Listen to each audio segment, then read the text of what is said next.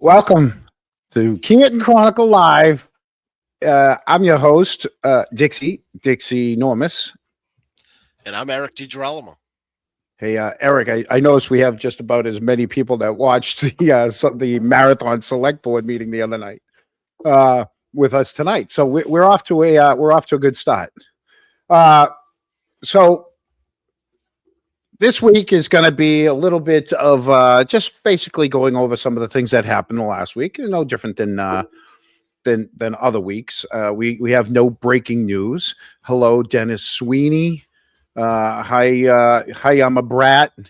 Hello, Sheila. Hello, all the Kronks out there, and we're going to ignore Bruce fan because he told us to ignore him. So hello, everybody, and I hope you guys are all enjoying your long weekend. For those of you that get Monday off, I have Monday off, and I apologize for having a show. I thought about canceling it because at 7:30 the Bruins are on, Bruins Buffalo, and which I would have liked to have watched. Speaking of Bruins, right, yeah, I'll be all right. Speaking of Bruins, huge shout out to one of the Bruins who was he was a captain of one of the teams. There was I should say huge shout out to a few Boston-based members of the ATF who hit the ice against the FBI hockey team last night down in DC. The ATF came away with the win. So, you know what? Congratulations, guys! You did you did a good job. It was a great game for a great cause. It basically is all proceeds go to support injured agents that were injured in the line of duty, I should say, and their families. So that's where all the proceeds to that goes. So, any idea how much they raised from that? Somewhere they usually raise around 20,000. So, yeah. Good. So congratulations to the to not just the 3 Boston agents on the ATF. Congratulations to the whole team. Let's just say that. All right. We just, what else went on this weekend? It's a lot of stuff going on, John. Yeah. What's on the list? Oh, well, what's next on the list?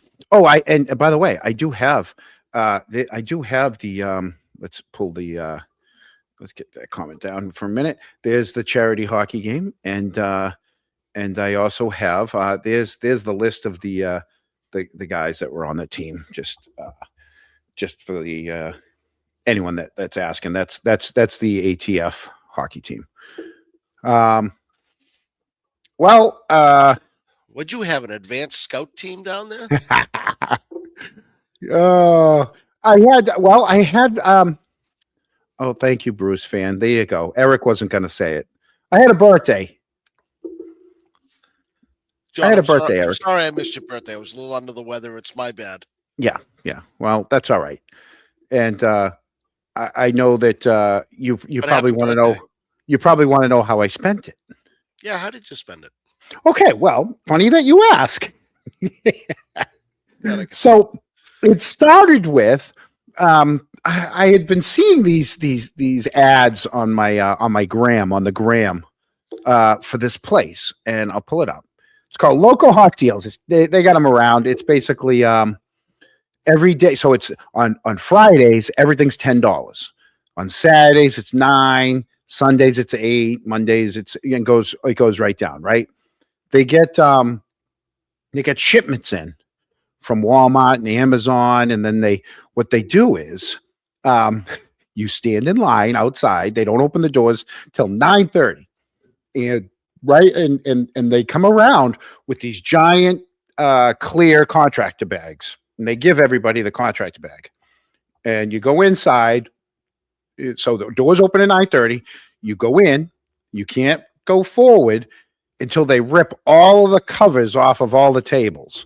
And then everybody runs and they try to grab the TVs and any phones or computers, speakers, all the electronics and stuff like that.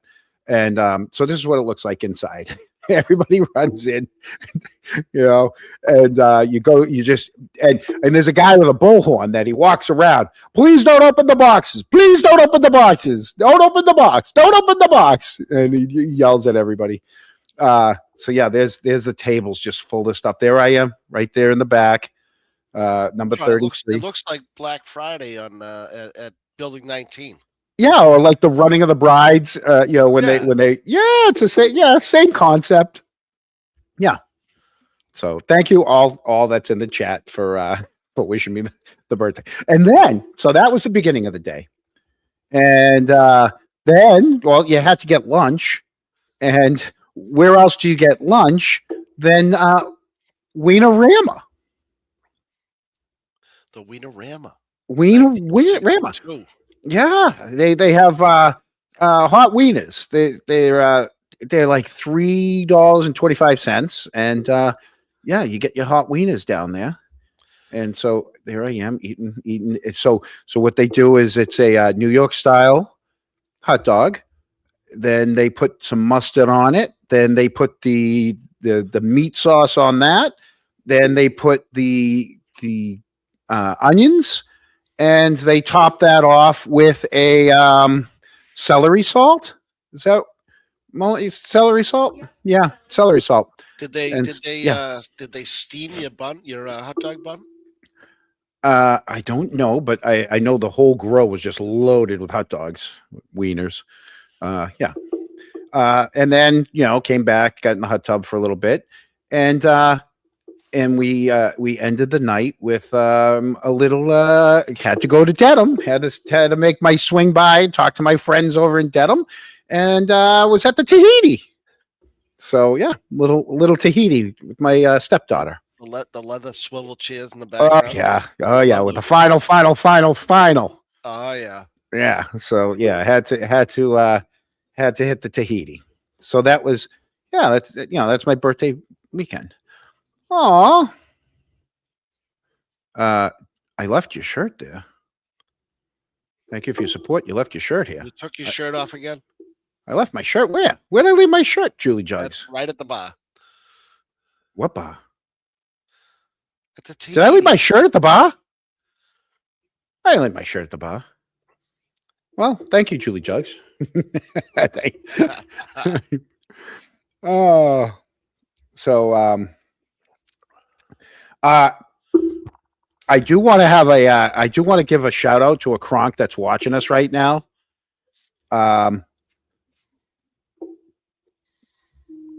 I don't know if I can really say it or not, but we have a Kronk watching us. And actually I am going to be playing a little bit of his of something of his later, a little bit later in the show. So what's the shout out? Hello, Loops. What's going on? Loopy's watching the show. So, so that's how my weekend went. I was a little bit off the internet, so I didn't see everything that was going on. And thank you, Ruthie, for reposting our stream. We're a tiny little show, and we're happy that people do that. Thank you so much. And a loyal ex-follower, John. Almost in the show. We're just happy that both sides of the town are watching us, the good side and the bad side, or both sides. It doesn't matter. Everybody's good. They just have different opinions, and we're going to get into that. Both sides say the other side's bad. Exactly. So let's start with last Tuesday. We're gonna start with last Tuesday. We know Brenda. So they started the select board meeting like they always do. Brenda had her beautiful 3 minutes, and we're gonna play that right now and bring that in. Oh, pins for the record. John definitely killed in the house, and there was no scuffle outside. Thanks, big girl. There you go. See, they all know. We know that. Eric, turn your mic up a tiny bit, or move it closer to your mouth. I guess the Bruce fan wants it. We all know how Loops feels. I think he makes it known every episode that he's going with the teddy bear there, Brian Higgins. So yeah, Now say something. Is this better? Well, I still got to look at you, but Gary, but you hear me now, my friend. yeah. So yeah. Anyways, back to Brenda. Let's play Brenda's 3 minutes, and then we're gonna get into, just so everybody knows. All right, just giving you a heads up. We got a little select board talk tonight.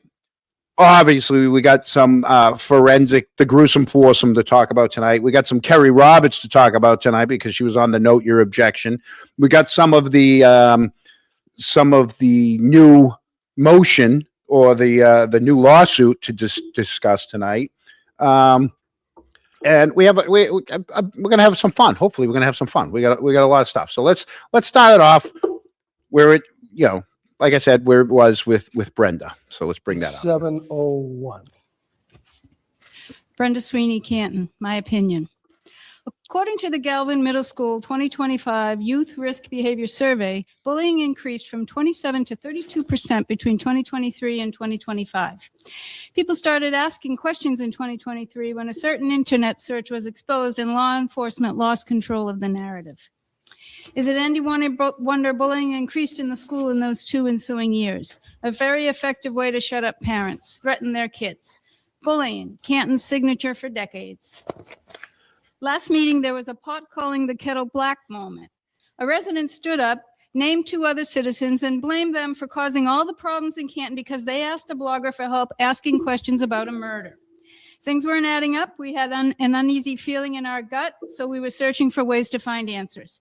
The resident speaking tried to turn the tables, tried to make asking questions the bad thing instead of the murder. He talked about those 2 people reaching out to a blogger, said they knew public shaming of anyone they mentioned would follow, accused them of trying to destroy residents and businesses through public bullying. Yet there he was at the mic trying to publicly shame 2 people in the exact same way. The major difference? They were hoping to find answers to questions about a murder in Canton. He, on the other hand, simply wants to shut them up because some people in town don't want those questions answered.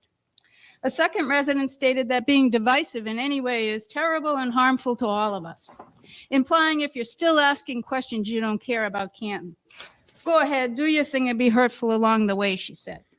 2 different speeches, both trying to shut us up by implying those asking questions are the bad guys.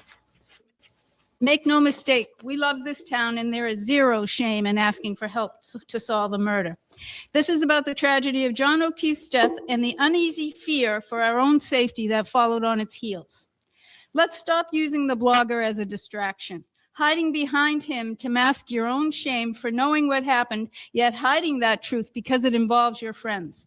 Basically, sanctioning murder under the guise of loyalty. That's a disgrace our little helpers have brought to Canton. John died by someone's hand in this town. It's time to recognize this bullying for what it is, a ploy to distract your attention away from the questions, cause you to look away, to stay silent.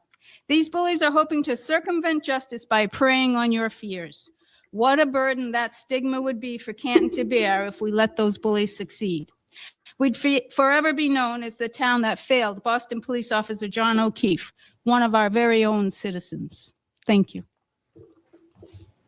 John, I got a lot of respect for Brenda. She calls it like she sees it, and she's not afraid to bring it to the forefront and let everybody know what's on her mind, and it's usually spot on. And the other thing is, how about that shirt? That's a fantastic shirt.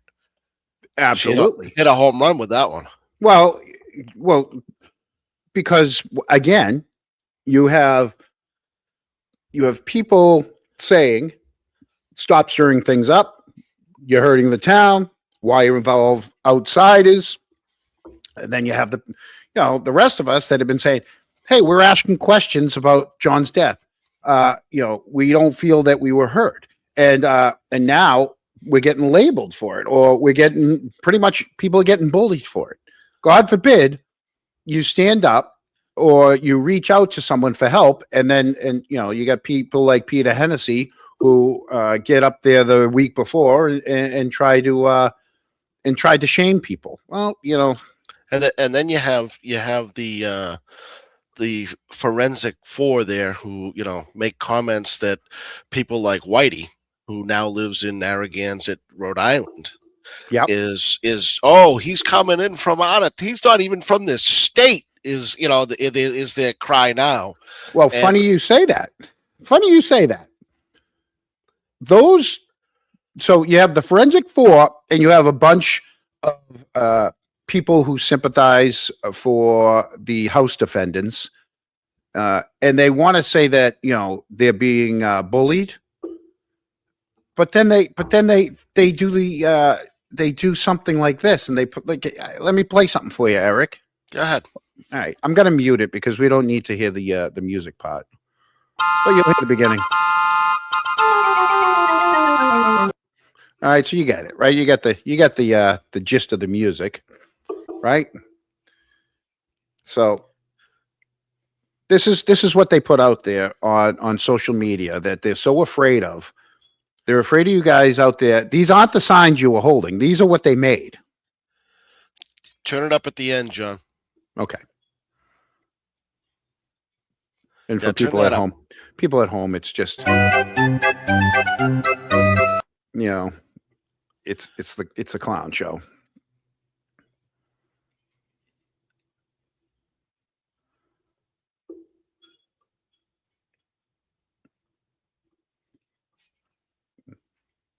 Now turn it up. Huh? I think you're gonna want to turn it up at the end. Well, we're getting there. I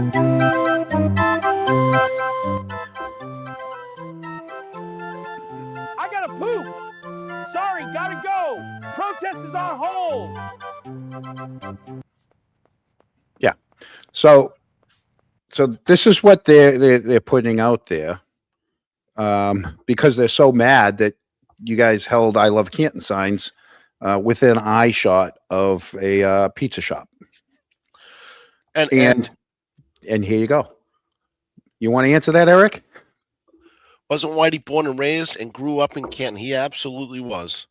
And Yeah. what about you? I was born in Boston, but, you know, a couple days later moved to Canton, Mhm. and went through the high school system and graduated 1986, and Yeah. moved out of Canton when I was 33 years old. Not Yeah, that I I- didn't try to live in Canton, but it was a little too rich for my blood, so I went to Quincy. Yeah, I think everyone knows. Same thing with me. I just only recently have moved out and spent my whole life in the town, and played. You know, went to all the Canton schools, Canton High, and even you know. John, Yeah. they can't take it. We love Canton, isn't it? They can't take it away. Sorry. Excuse me. Yeah. So apparently asking questions is bullying, but publicly calling out your neighbors, that's community engagement. So that's where we get it. And I think they misunderstand what we're really doing out there. And you know, the town has been transforming now for about 3 years. Yep. And the long game has always been vote, vote, vote. Not going to tell you who to vote for, but get out and vote. When any time there's an election, it's more important today than it's ever been, especially in Canton. And we're going to keep people aware so that when we're out there and they see us, we want them to say, okay, when it's time to vote, we're going to go vote. Yeah, absolutely. Oh, Bruce Fan, there's another one. He he's sure another one does. yeah, he does. He gets out it's and votes. in your blood. Yeah. So that's how the meeting started on Tuesday. And next up, the first item of business, for those that you missed it, was remember a couple weeks ago, the chief had asked if he could bring in his own deputy chief. I think he knew what he wanted, and he brought in his own deputy chief. So the new deputy chief was introduced. We'll bring that on. Yeah, absolutely. My daughter could be here. Unfortunately, she works in the restaurant industry right now, going through college, so she couldn't get the day off, so she's not here. It's my son Trevor, my son Chase, my partner Cesar, my brother Jeff, and I have 15 other brothers and sisters, half brothers and sisters that we're all spread out. So. How about a good showing of 1, 2, 3, 4, 5, 6, 7, 7 uniformed officers and 2 others in the back for them, huh? Well, one's the chief, but still 7 uniformed officers all ready to go. Now that's a show of support. Can you make out who they are? No, I can't. Well, the chief's one of them. So, and did you notice it was a calm tone, community focused, and emphasis on trust. So hopefully they're going to bring back a sense. They're going to rebuild the station. Is pretty much what's going to happen. Is over the past couple of years, people had lost a lot of people. I'm not saying everyone, but a lot of people had lost faith in the department. They didn't trust what was coming out of the department, both in the actions and in the statements. And now, hopefully, it's a big reset. Rather than explaining everything all the time. Well, hopefully they're seen as a solid resource, and the overall trust of the community is for everyone. It's not a 2-tier system, let's say. Yeah. Well, I think it's a little less of, hey, please stop asking us questions. Yeah. Yeah. So we'll get in. We give them a chance and see what happens. Yeah, the proof is in the pudding. Always is. Yeah. So that was the begin. That was the beginning, and then there was a lot of water talk, and more water talk, and more water talk. But at the end, near the end, there was now a lot of us from the town know how the system works. Week after week, something's brought forth, and the history is, yep, we just pass it 5-0, move on. Okay. Well, near the end of the meeting, one of the agenda items was to renew all of the people that are on committees. And historically, it's a no-brainer. There's no questions. It's, yep, 5-0, let's go.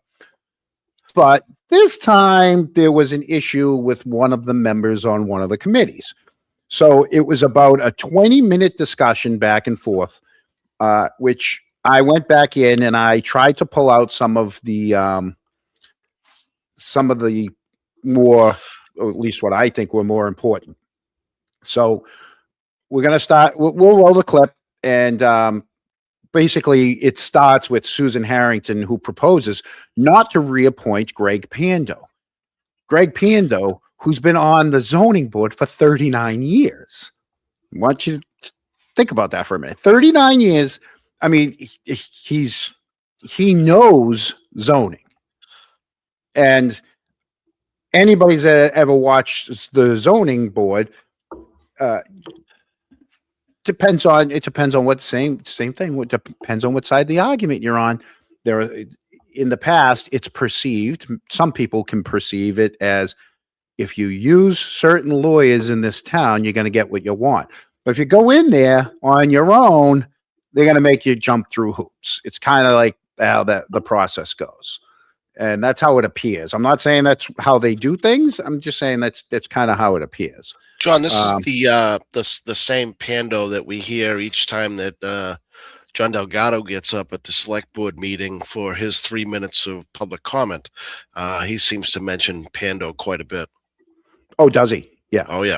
Yeah. So we're going to see the little back and forth between Susan Harrington and JR. And obviously, JR is still thinks of it a little bit more old school. I'm not saying he's wrong. I'm just saying he's a little more old school. He's more, we don't make changes unless we absolutely have to. And right now we don't have to. And sometimes, I'll agree with them. Maybe Pando at the moment is the man for the job. But let's let some of this play out so people can get a gist of it for the ones that had missed the end of the meeting from Tuesday, because it was a long meeting and people kind of fell off. So let's pull this up. On April 30th, 2026, as presented on the attached list. Motion made, Anyone? Seconded, second. second. Any discussion? Yes. Sue? Thank you, Mr. Chair. I have identified one member of one of these committees who I do feel has served this town well for a large number of years, but I think there's an opportunity for someone else to step in. And that achieves our goal of achieving a little more diversity on the boards and committees, which is clearly stated in our bylaws. That's one of our objectives. So I don't know if we want to get into specifics at this point, or we want to kind of. Like I said, for show purposes, I have edited it down for length for everybody. I pulled out just, and I tried to be fair with each member of the board. I'm not trying to make anyone on the board look bad. I'm just trying to get the gist of the subject matter so everybody can see what's going on. Proposing that we not reappoint Greg Pando to the Zoning Board of Appeals. I am not aware of anybody applying for any board other than I received an email on an ADA board. So we've had an interested party that came in, asked for an application, but we did not receive the application back. Now, for those at home, the person that was just speaking, that's Jen Chameleon. She is now going to be temporarily, she's the acting town administrator. She's taking over the role of what Charlie Doody once was doing.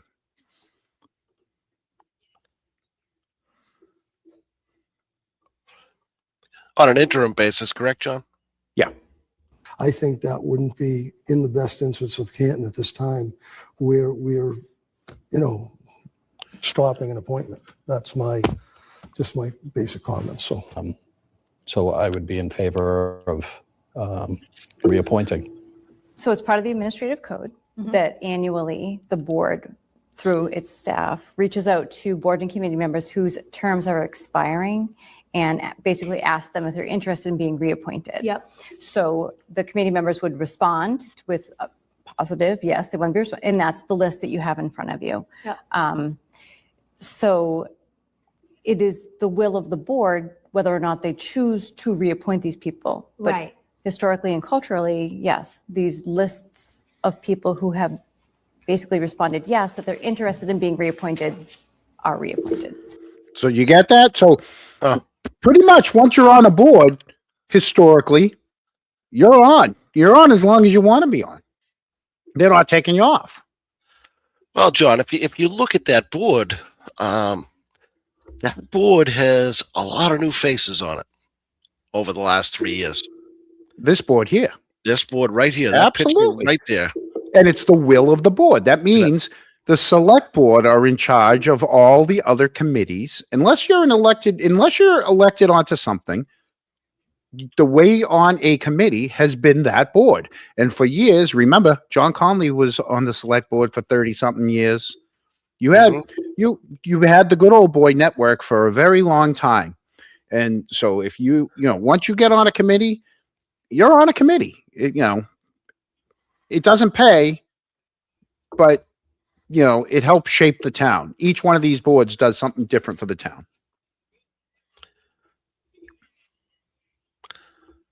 Let's go on.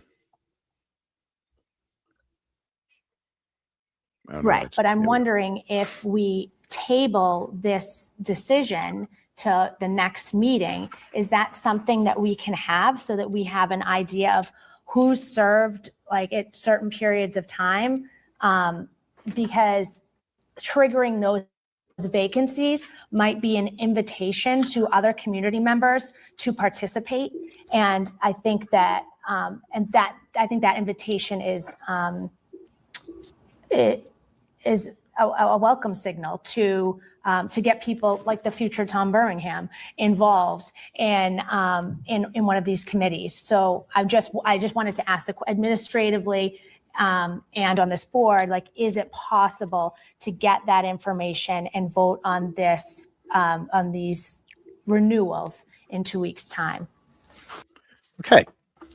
So, for all the people watching, that is the newest member of the board. That's Julie Beckham, right? Even though she's sitting way over to the right, she basically has taken Chris's chair. And in that one little opening statement of the meeting, she has now spoken more than Chris did in the last 3 years. Not counting when he was having to read articles. Pretty much. Or his own statements. Or his own statements, correct. Or his own apologies or his closing statement. Apologies? Oh yeah, yeah. I forgot about those. Don't forget the apologies. Yeah. So I'm still waiting for mine.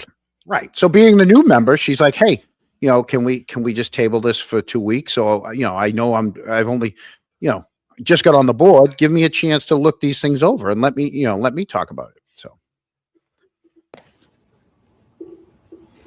Well, one of the concerns I have, because we're talking about a lot of committees, and we're nailing down to one, which is the zoning board, which is one of the most probably difficult boards to be on.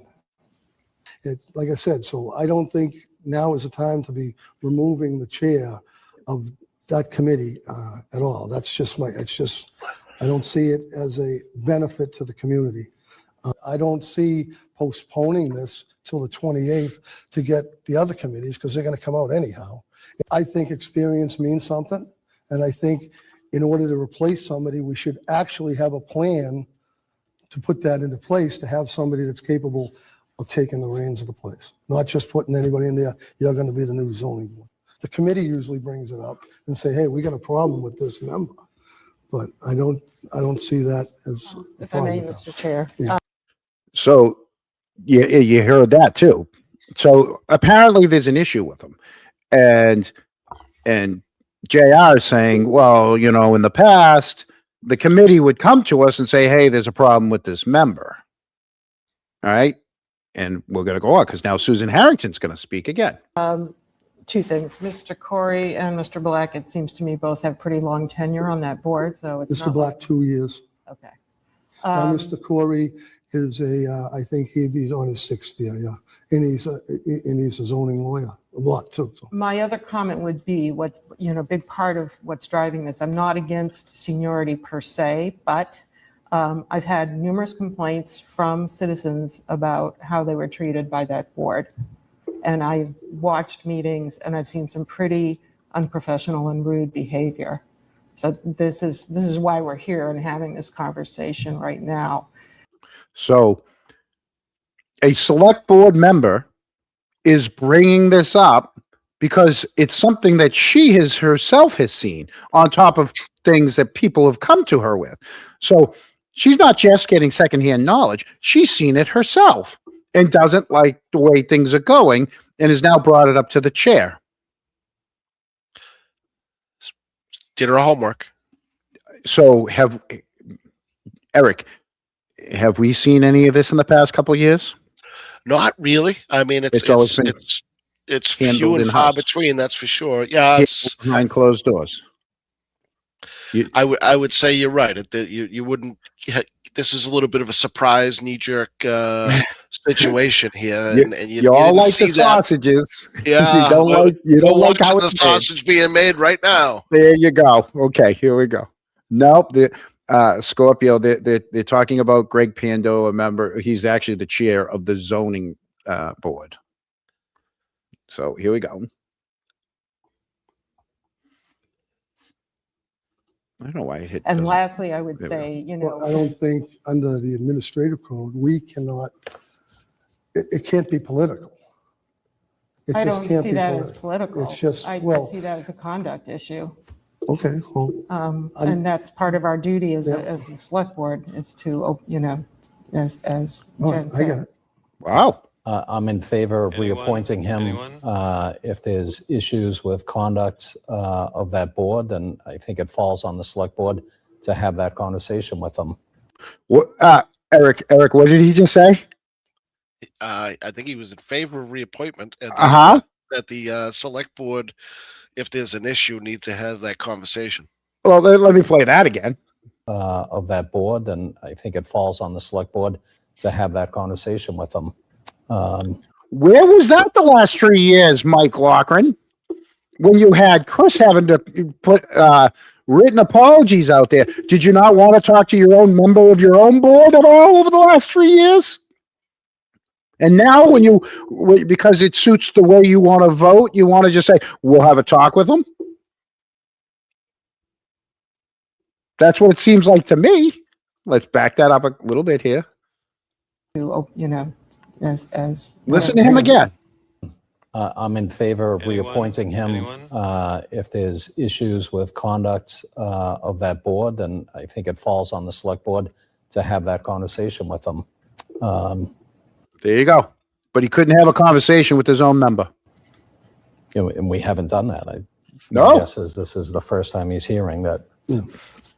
I honestly, I don't think I have enough, I haven't lived with this information enough to,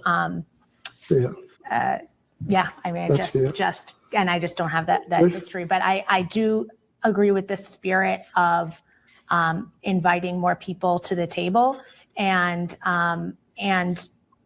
of course, if, there are any conduct issues in any committee member, any select board member, I think that those are very important. And I also just appreciate the conversation. I think that these are the kind of conversations that are uncomfortable and that people want to hear, like the select board talk about, because I think that a lot of the perception, again, it's my first time being a select board member. It's her first time being a select board member, and she knows this is what the people want.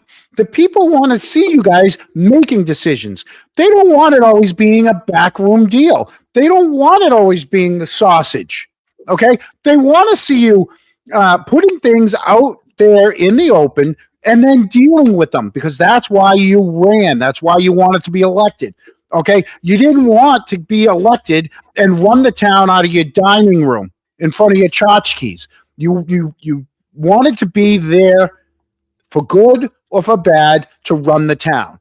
And if you can't run the town, you can't represent the state. I know. Just saying. You making a statement, John? So I've been on the other side a long time.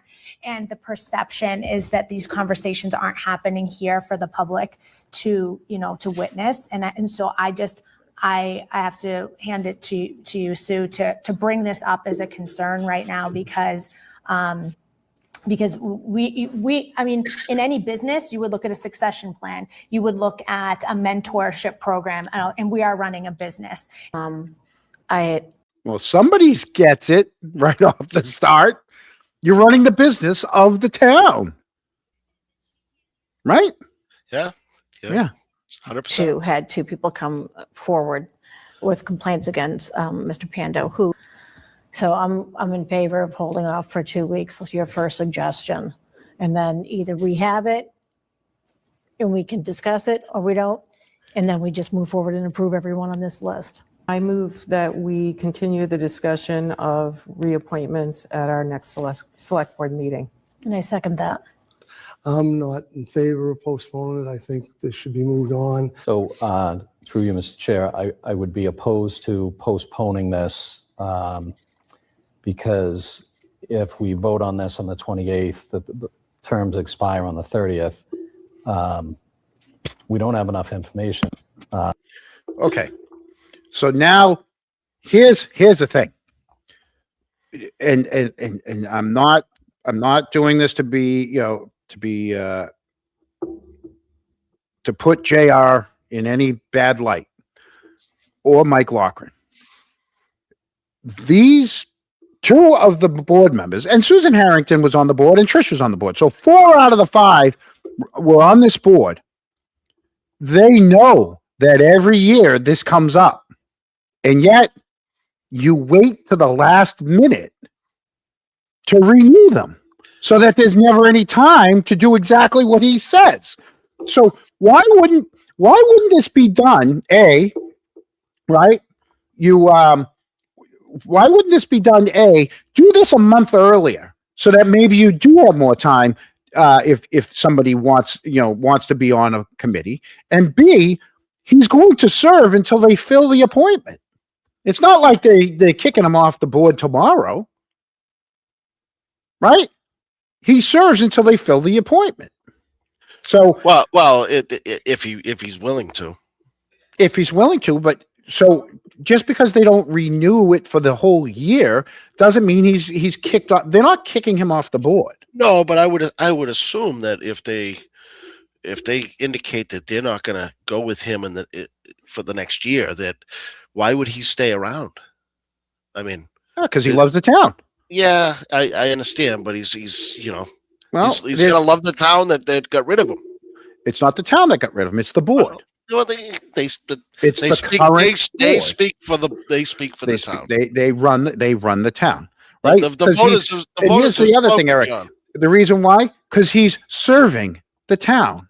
He's not serving himself. He's serving the town. So you do it because you want to serve the town. And the thing is, like I said, they had the board numbers with Chris. It would have been 3-2 the other way had they done this a month ago. Everybody would have gotten just pushed through, rubber stamped through a month ago. Now it's a different board. So, you know what? This is what happens when you wait till the last minute and try to push everything through, because that's how we've always done it. So we're going to hear this is they don't even want to push it off. Not only this vote here is just to push it off a week, not even to vote on them. This is just to push it off a week so that Julie can look at everything and see and make an informed decision, not just go along with it or just abstain. And these two were pretending that it was urgent. They were trying to pressure the other three ladies into making a decision when there's time. They have time. Well, and if you put pressure, and then if the three ladies decide to vote against the reappointment, then what do they do? He serves until the seat's filled. If nothing happens, if nobody else reaches out to want to be who qualifies to be on the zoning, then apparently I guess he's there. Here's something else they could do. Let's finish the vote here. Let's hear the vote. I think that if there's an issue with how the zoning board is treating the residents, then it falls on us to address the zoning board and try to correct that. But so again, this is the second time now he said it. The zoning board is treating the residents, then it falls on us to address the zoning board and try to correct that. But when you didn't try to correct your fellow select board member. So I'm not in favor of postponing it. Okay, Julie. Well, I just want to clarify, the postponement was my suggestion based on not what Sue was talking about the individual, but based on the fact that I wanted to see the scope of the years of service for all of these members and have an opportunity as a new select board member to take a look at those reappointments. Again, she's only asking it to be delayed. We don't even know what her vote is. Her vote could be with Mike and JR. We don't know.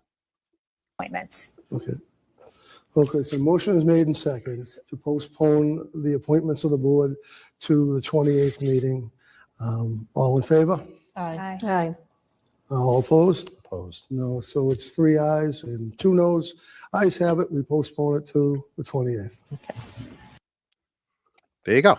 So that was the end of the meeting. That was the after all the waterworks. But like I said, so big drama coming for the next meeting. Yeah, but there might not even be. You don't know how Julie Beckham's going to vote. All she wanted to do is, hey, can we just put this off to the next meeting, right? So that I can do my due diligence and look at everything and give you an informed vote rather than just a vote to go along with it. And when I say big drama, John, I mean you're not looking at the typical 5-0 vote. You're gonna have a split decision here, one way or the other. Yep. Yeah. And here's the thing. Now you don't know which way. So I think over the next, and who knows, maybe over the next week, right? Maybe over the next week, people are calling each other and they're saying, hey, what do we do? Is there a compromise here anywhere? Could, maybe they do something similar to when they did the chief. You know how they did Helena, the 1 year versus 3? Maybe they give Pando 6 months. Say, hey, we're going to give you a 6-month appointment. Maybe they do that.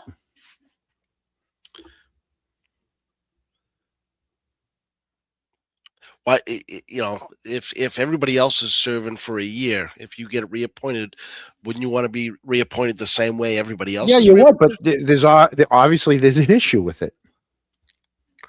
Which is why Okay, so if I were Pando, I'd probably say, hey, if you're not comfortable with me, I'll take the back seat and I'll move on.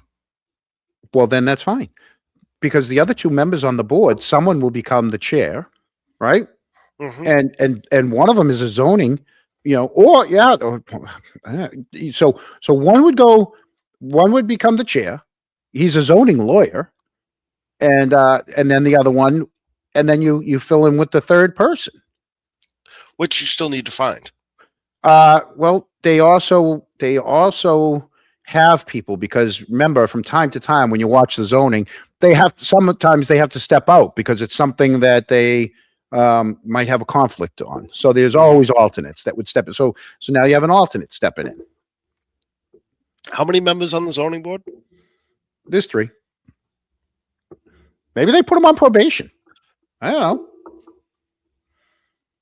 Write them up. Yeah. I know they have at least 1. They might have 2 alternates, but I know they have at least 1. So they have the numbers so that, like you said, if he decides I don't want to do it, all right, we have alternates and someone else becomes the chair. Or they could say, listen, why don't we make, it'll be a 6-month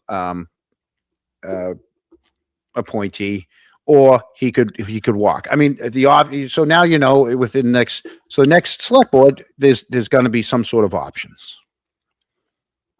A lot of phone calls this week. This is what's going on. I think there'll be a lot of back and forth. Yeah. And that's how it works.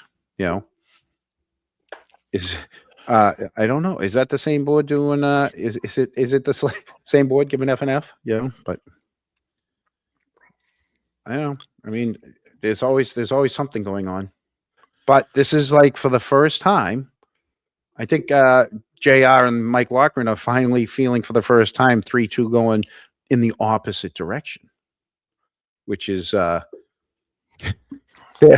Canton's just entered the find out phase of governance. That's, like I said, take a look at that board. It looks a lot different than it did 3 years ago. F around and find out. That's what happened. The board effed around, and the people spoke, and now they're finding out. So I don't know. What's Duty up to? I don't know. Last I heard, he was entertaining a job in Middleborough. I don't know if he's going to take it or not, but I think he was, if I'm not mistaken, I believe he was a candidate, but there were other candidates as well. I don't know where they are in that process. Things may have moved along in the process since I found that out. So I don't know if he's the final finalist or right. But I believe it's an interim situation there, interim fire chief. Yeah, we can say, here you go, Bruce. I can say now that it's going to be a change in the way the boards run, and hopefully some of the other boards see what's happening. And I saw it firsthand with the Reservoir Committee.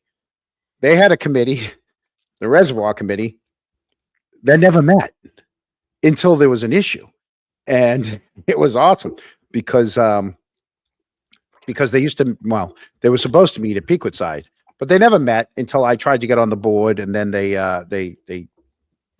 pulled a little they did what they did and put someone else on the board. So I'm like, okay, well, I still want to go to these meetings. So then they actually had to have the meetings, and we had Cable 8 actually record them. And the chair at the time, she was like, "Oh, I don't want to be recorded." So she moved out as chair and let someone else become chair because they knew what they were doing. It was do business as usual, do it all, in the darkness. And yeah, I'd love to see if they still meet. I that's another one I'd have to look at. Love to see what, that's another thing that should be happening. It's 2025. All records should be going to the town clerk's office.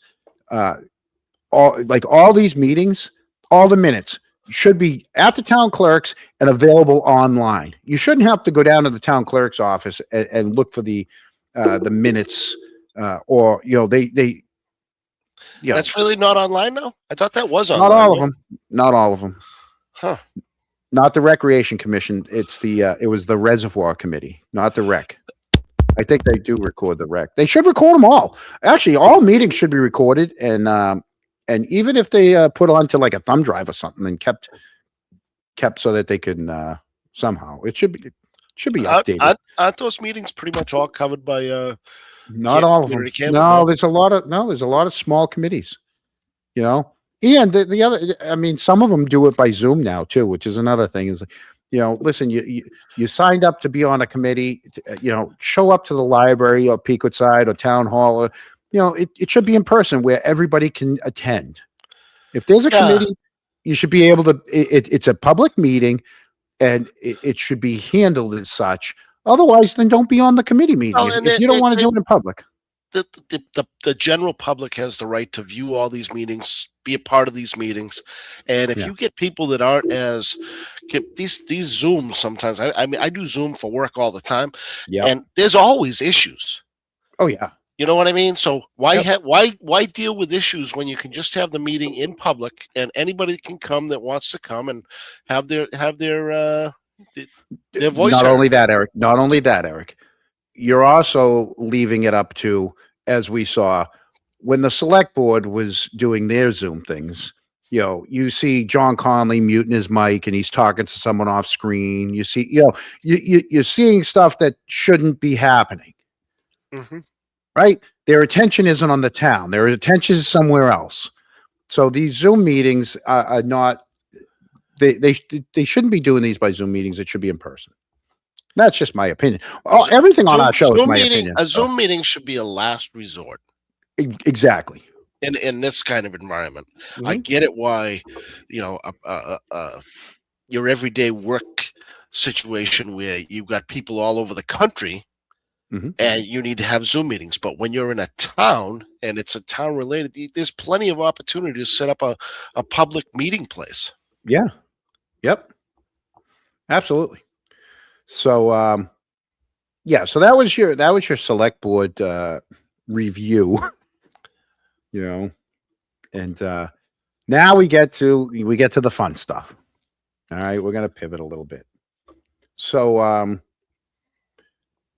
the gruesome foursome. So we're gonna attack this, and me, my ADD. I'm gonna be all over the place with this. Okay, the gruesome foursome have been putting on a masterpiece of spin class, not the spin class that that's at the gym.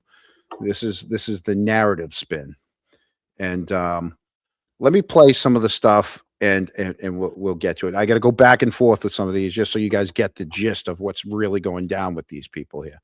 All right, so this came out this week. This was filed in Mm-hmm. Barnstable. Is that how you say it, Carrie? I don't know. Yeah. Okay.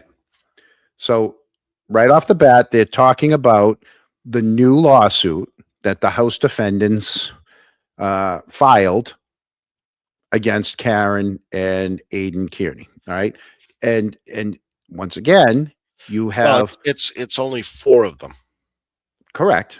Four House defendants filed it. It's Brian, it's Higgins, it's more. It's Brian Albert, it's Jen and Matt, Colin and Higgins. I don't think Matt was on there. Oh, he's not? Nope, just Jen. Okay, so Jen Jen, Brian, and Colin. and Colin, right? So they're talking about this, and she can't even come up with Barnstable, right? Because she's not from here. Because they're using someone from across the country. So here we go. Let's. The fact that this was filed in Barnstable, is that how you say it, Carrie? I don't know. Yeah, you got it. Barnstable. That's where Brian It's where Brian Higgins lives. Higgins lives. The venue is appropriate in this court pursuant to blah, blah, blah, because at least It's pursuant to what? I missed that. She said it was pursuant to something. Hold on. Now, mind you, they're reading. They go on here to read all these motions. So let's see what this motion is about. court pursuant to blah, blah, blah, because at least one party to this What was it? Blah, blah, blah. Baba Booey. It was pursuant to Baba Booey. Yes, close. Okay. court pursuant to blah, blah, blah, because at least one party to this Blah blah blah. Black sheep. case, Brian Higgins, resides in Barnstable County. I mean, do they expect them to file this in Norfolk County? Well, I mean, that's where everything happened. I don't know. That's where they all live, except for Higgins. And Higgins has an apartment in Norfolk County. No, he doesn't. West Roxbury's in Suffolk County. Sorry. Hey, they took out a dart and they threw it at the map and it hit Barnstable County. That's where we're going. Listen, it's only my opinion. Maybe they're judge shopping. Maybe they're I don't know. Maybe they're jury shopping. Maybe they're putting it all on Higgy to say, you know what, Higgy, you live down there. We're doing it down at your place. Or maybe they don't want people to travel. But let's see what else. Ba ba ba.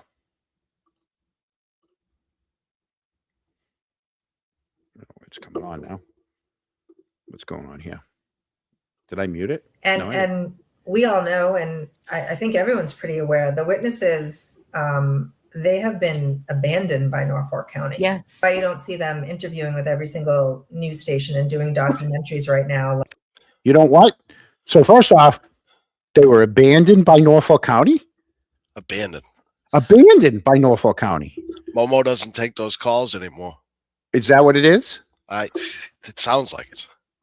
And then they said that what? That they said that hold on. Yes. Why you don't They say you don't hear them doing any kind of shows anymore?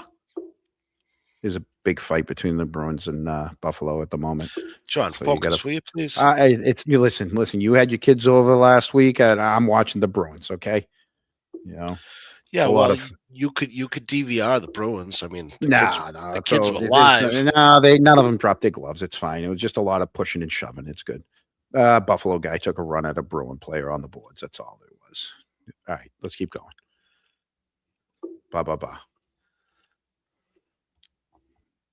see them interviewing with every single news station and doing documentaries Interviewing with every single news station and doing documentaries, but right now? And ironically, Mike and Trish Lank were over that night. Jillian Daniels was over that night. Jill Thomas, like all of my friends, all the people. Mike and Trish Lank had just come over because they were dropping Skylar off, but they were hanging on the back deck for a little bit. So in turn, we all sort of met her at the same time. But they were throwing eggs at one point because there was a whole egg throwing thing. And okay. So they want to say nobody's doing interviews. But just last week, Kerry's doing another interview. And in that interview, Kerry lets everybody know that, something that I don't think many people knew was that Lank knew John and had met John, and Lank knew Karen and had met Karen prior to that night. All her friends, Jillian and Jill Thomas. Didn't she sit right near us? Oh, no. Jill Thomas is the one that tried to pull her husband away from speaking to me at the hockey game at the Garden. Now, she also, Kerry, brings up the egg throwing, right? Let's listen again.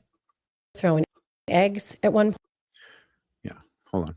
over because they were dropping Skylar off, but they were hanging on the back deck for a little bit. So in turn, we all sort of met her at the same time, but they were throwing eggs at one point because there was a whole egg throwing thing in Canton with. Two things there too. Remember when they're like, don't talk about the kids, don't talk about the kids. And Yeah. she goes and mentions the kid's name. She could have said they were dropping their son off. They were dropping their daughter off. They were, you know what I mean? Their kid off. But she mentions the kid's name. But God forbid you for to be clear when you're talking about something that you bring up someone else and they go crazy, But and then the second thing is she's talking about going down the Cape on vacation, and people were throwing eggs at them because there was an egg throwing incident in Canton. She didn't mention that the person throwing the egg from her Mercedes or Lexus or whatever car she had, right? BMW, was this person on the screen, a neighbor, right? Well, I think it was, if I'm not mistaken, it was the Pinned it on her kid. The occupant that was in the car with her. You mean her kid? So yeah. her kid, so her kid brought eggs with her. Oh, Bruins just good. So her kid decides to go for a ride with mommy. Ma, I'll be right back. I want to. Yep, there you go, DJ. Yeah, 1-0. Ma, hold on. I know we're driving by the police station. I got to run back in the house for a minute. Goes in, grabs some eggs out of the fridge, then comes back, and then is like, Ma, open the sunroof. I'm gonna toss this egg out the window. And the mother goes, yeah, that's okay. Or does the mother keep the sunroof closed and is like, no, you shouldn't be doing that. But this is Diana Simone White, who lives in the neighborhood just one street away. But Kerry wants to make it all about how horrible it was that, people throwing eggs at the kids because there was an egg throwing issue in Canton. Didn't want to say it was from their side. Yeah, I've never once heard of a egg throwing episode where they were attacked with eggs by any means. Exactly. Mm-hmm. If so, that would protest. be breaking news. Yeah, absolutely. Throwing thing in Canton with people protesting, and so they were like, we don't do that down here, and then they were throwing eggs. I was like, I don't understand what's happening. To achieve maximum penetration. They want to achieve maximum penetration there. It snuck Loopy in. Sorry. I had to sneak. They were reading. They went on to read the motion here where they were talking about Reed and Kearney's lies have caused a rupture within Canton and blah blah blah, and a vigorous public relations campaign which made maximum penetration. So that's in the the filing or the new lawsuit. So let's pull that off now. Yeah. All right. So yeah, so there was that, right?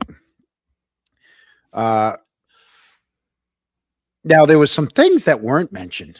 I got to get to this too, right? I got to pull these down because I only had room for so many in here earlier. So there was some things you didn't see. And is it this? I don't know. They have been abandoned by Norfolk County. Oh yeah, that was so that it was has nothing abandoned. to do with getting a jury or what. They're going. That was abandoned. I know. I had that one. Let's pull this up. Oh yeah. Okay. So Kerry did that long interview with the note your objection. And what you didn't see in that interview was this. Conversation inside the home of 34 Fairview with Brian Albert, Nicole Albert, and speaking to Jennifer McCabe outside. Who, if anyone else, did you speak with that arrived on scene that morning? Matthew McCabe. And when was it that Matthew McCabe arrived in relation to your arrival and when you spoke to the other people? Matthew McCabe arrived just a couple of minutes after I had walked out of the house the first time. Which we now know from the dash cam footage that is inaccurate. There's Matt McCabe running into the house while Lank and Goody were in the house, and just after Carrie had come out of the house. And talked to who? And we don't know. We don't know if she talked to anyone. Now, here's the other thing. One of the first questions asked of Lank was if he reviewed the dash cam footage before the trial, and his answer was yes. That he did review the dash cam footage before the trial to help prep himself for the trial. Did he not see this in the dash cam footage? Because he says that Matt McCabe came out after he came out of the house, but we know Matt McCabe went in the house twice before coming out with them. And so it wasn't, he didn't get it wrong once. He didn't get it wrong twice. He actually walked out with Matt, and then Matt went back in, and then he went back in. And Goody never saw them at all. But let's keep going. We'll keep playing this here.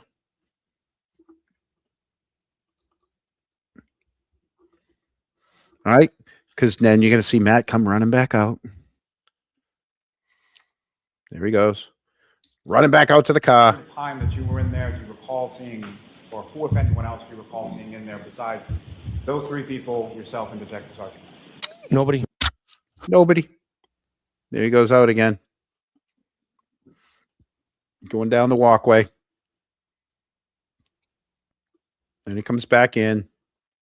There he goes. He's going up the bushes, running back in. Right? He was out for 1:40, went back in.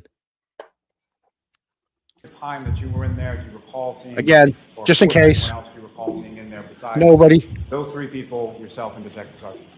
Nobody. Yep. And then we watch all three come out the door. There they are coming out the door together. But Lank, who watched the dash cam footage, who prepped for the trial, and there goes Goody right across the middle of the lawn. Right? Goody went through the middle of the lawn, and then Lank goes up the driveway, and then Matt will follow him up the driveway. So none of that was ever brought up to Kerry, even though all of this came out after 2 trials.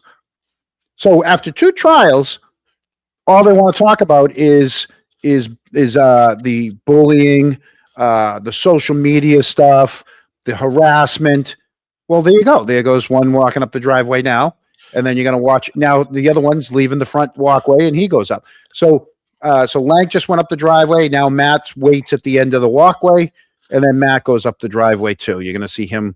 He stopped it. There you go. So, John, are you volunteering your services to go over these dashboard cams with everybody prior to the civil trial? Yeah, I mean, you want to help out? Raise your hand. I thought I was helping out right here by I mean, you have Kerry talking about the harassment. All we're doing is asking questions, right?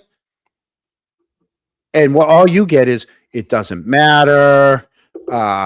We don't care what time it was. It wasn't 6:36 or 6:37. It wasn't was someone inside or outside. We now know it happened. I'm not saying anything nefarious happened, but we never saw it in 2 trials. Mm-hmm. And now you're going to get a whole different jury pool down in Barnstable. You're going to get a different exposure. You're going to get different dynamics because I'm sure this is going to come out. I had another question that came out too. So there was that, right, with Kerry. So the House defendants are saying, nobody's doing anything, and everybody's being mean to them, and it's defamation, and we're all going to get sued. But they don't answer just the weird questions like this one. I got another question. got up, got dressed, and then we walked down the stairs. And when you got to the bottom of the stairs, what, if anything, did you see when you got? There was a police officer at the bottom of the stairs. I will agree that I needed to speak to the people in the home. I can't just walk in their house. I have to announce myself, and they don't have to let me in. Then all three of us went down the stairs. As you come down the stairs, can you see the front door? Yes. Is there anybody in the house at that point? I saw Officer Lank. In the house? Yes. Do you know if he had been invited in? I have no idea. When you came down the stairs and saw Officer Lank, where was your sister and Brian Albert? They were walking with me down the stairs. I can't just walk in their house. I have to announce myself, and they don't have to let me in. Who let him in? I don't know. I don't know. And that's from 2 trials, not just 1 trial. That's both trials. Interesting. Right. Now, we're Eric, I'm going to need your help on this. I think we're going to have to reenact, at least for time's sake, Jen's time in the house. Are we cronk busting again? We're going to have to cronk bust this. Because we know what time she went in the house. We know what time the light went on, right? We know what time Lank and Goody go up the driveway to go in the house, right? So we're going to need a bedroom. One of us is going to have to be in the bed. One of us is going to be outside of the bed. And we're going to have to see how awkward it is for the amount of time. And then we're going to have to come down the stairs and see someone else standing inside our front door. Could you imagine how this all would have been solved if those cameras at 34 Fairview were actually working? You mean the ones that they fought so hard not to have? I mean, it's normal for a high-ranking Boston PD who works in the gang unit, right, to have in-op video cameras at the house. Yeah. Just questions. Yeah. Sorry, I had to put that into the YouTube rejected my. Oh, they think it's spam. Huh. Anyways, there's a door off with a big hit. Just got a penalty. Tried to put it up there, and YouTube thought my own comment was spam. I can't even make my own comments anymore on YouTube wants you to focus on the agenda. Focus on the agenda. Yeah. No shiny, the shiny objects over here. Leave those alone. Oh my God. I know. It's that 63-inch TV. But back to that. So we're definitely we're gonna have to cronk. We're not actually busting it. We're gonna show how awkward this would be for the amount of time standing over their bed, maybe turning her back, closing her eyes while Brian gets out of bed to put on his underwear and clothes, and then head downstairs. The 3 of them going down the stairs together. I mean, this is straight out of, like when Carol Burnett came down the stairs with the giant upholstery drape on her shoulders. They're Gone with the Wind. That's what she's making it sound like. We came down the stairs like in Gone with the Wind. She's coming down the stairs together, and there's Lank in the house. Oh, Mike, how'd you get in? Hey, nice. What are you doing here? Yeah. Is something wrong? Is something wrong? Yeah. Jen just told us something's wrong. I mean, we went to bed. We looked like we just woke up. How about a cup of coffee? Right. Do you want to come in past the front foyer? No, I only want to stand in the front foyer. No, really, come sit around the kitchen table. No, I don't want to move past the front foyer. Yeah. So there's that. The other thing they wanted to do, right, is they've been attacking us, not us, but similar to where they were making the big brawl again. No, not a brawl, but they tried to. They tried to run the Bruins goalie, and now it's getting really ugly. John. But what? Oh, they're swinging sticks at each other. Yep, it's getting ugly. We definitely should have postponed this. I'm telling you. We could cut it short now if you want. No, it's too late. It's too late. That part's already over. We just lost like the 17 people watching already. They're going to Oh, watch the come Bruins. on. They're going to go watch the Bruins and swinging their sticks. Real violence. So another thing that they did is they recently started their TikTok page. And they started loading things up onto their TikTok page. And of course, like I said, I go to these pages and look through their stuff so that you guys don't have to.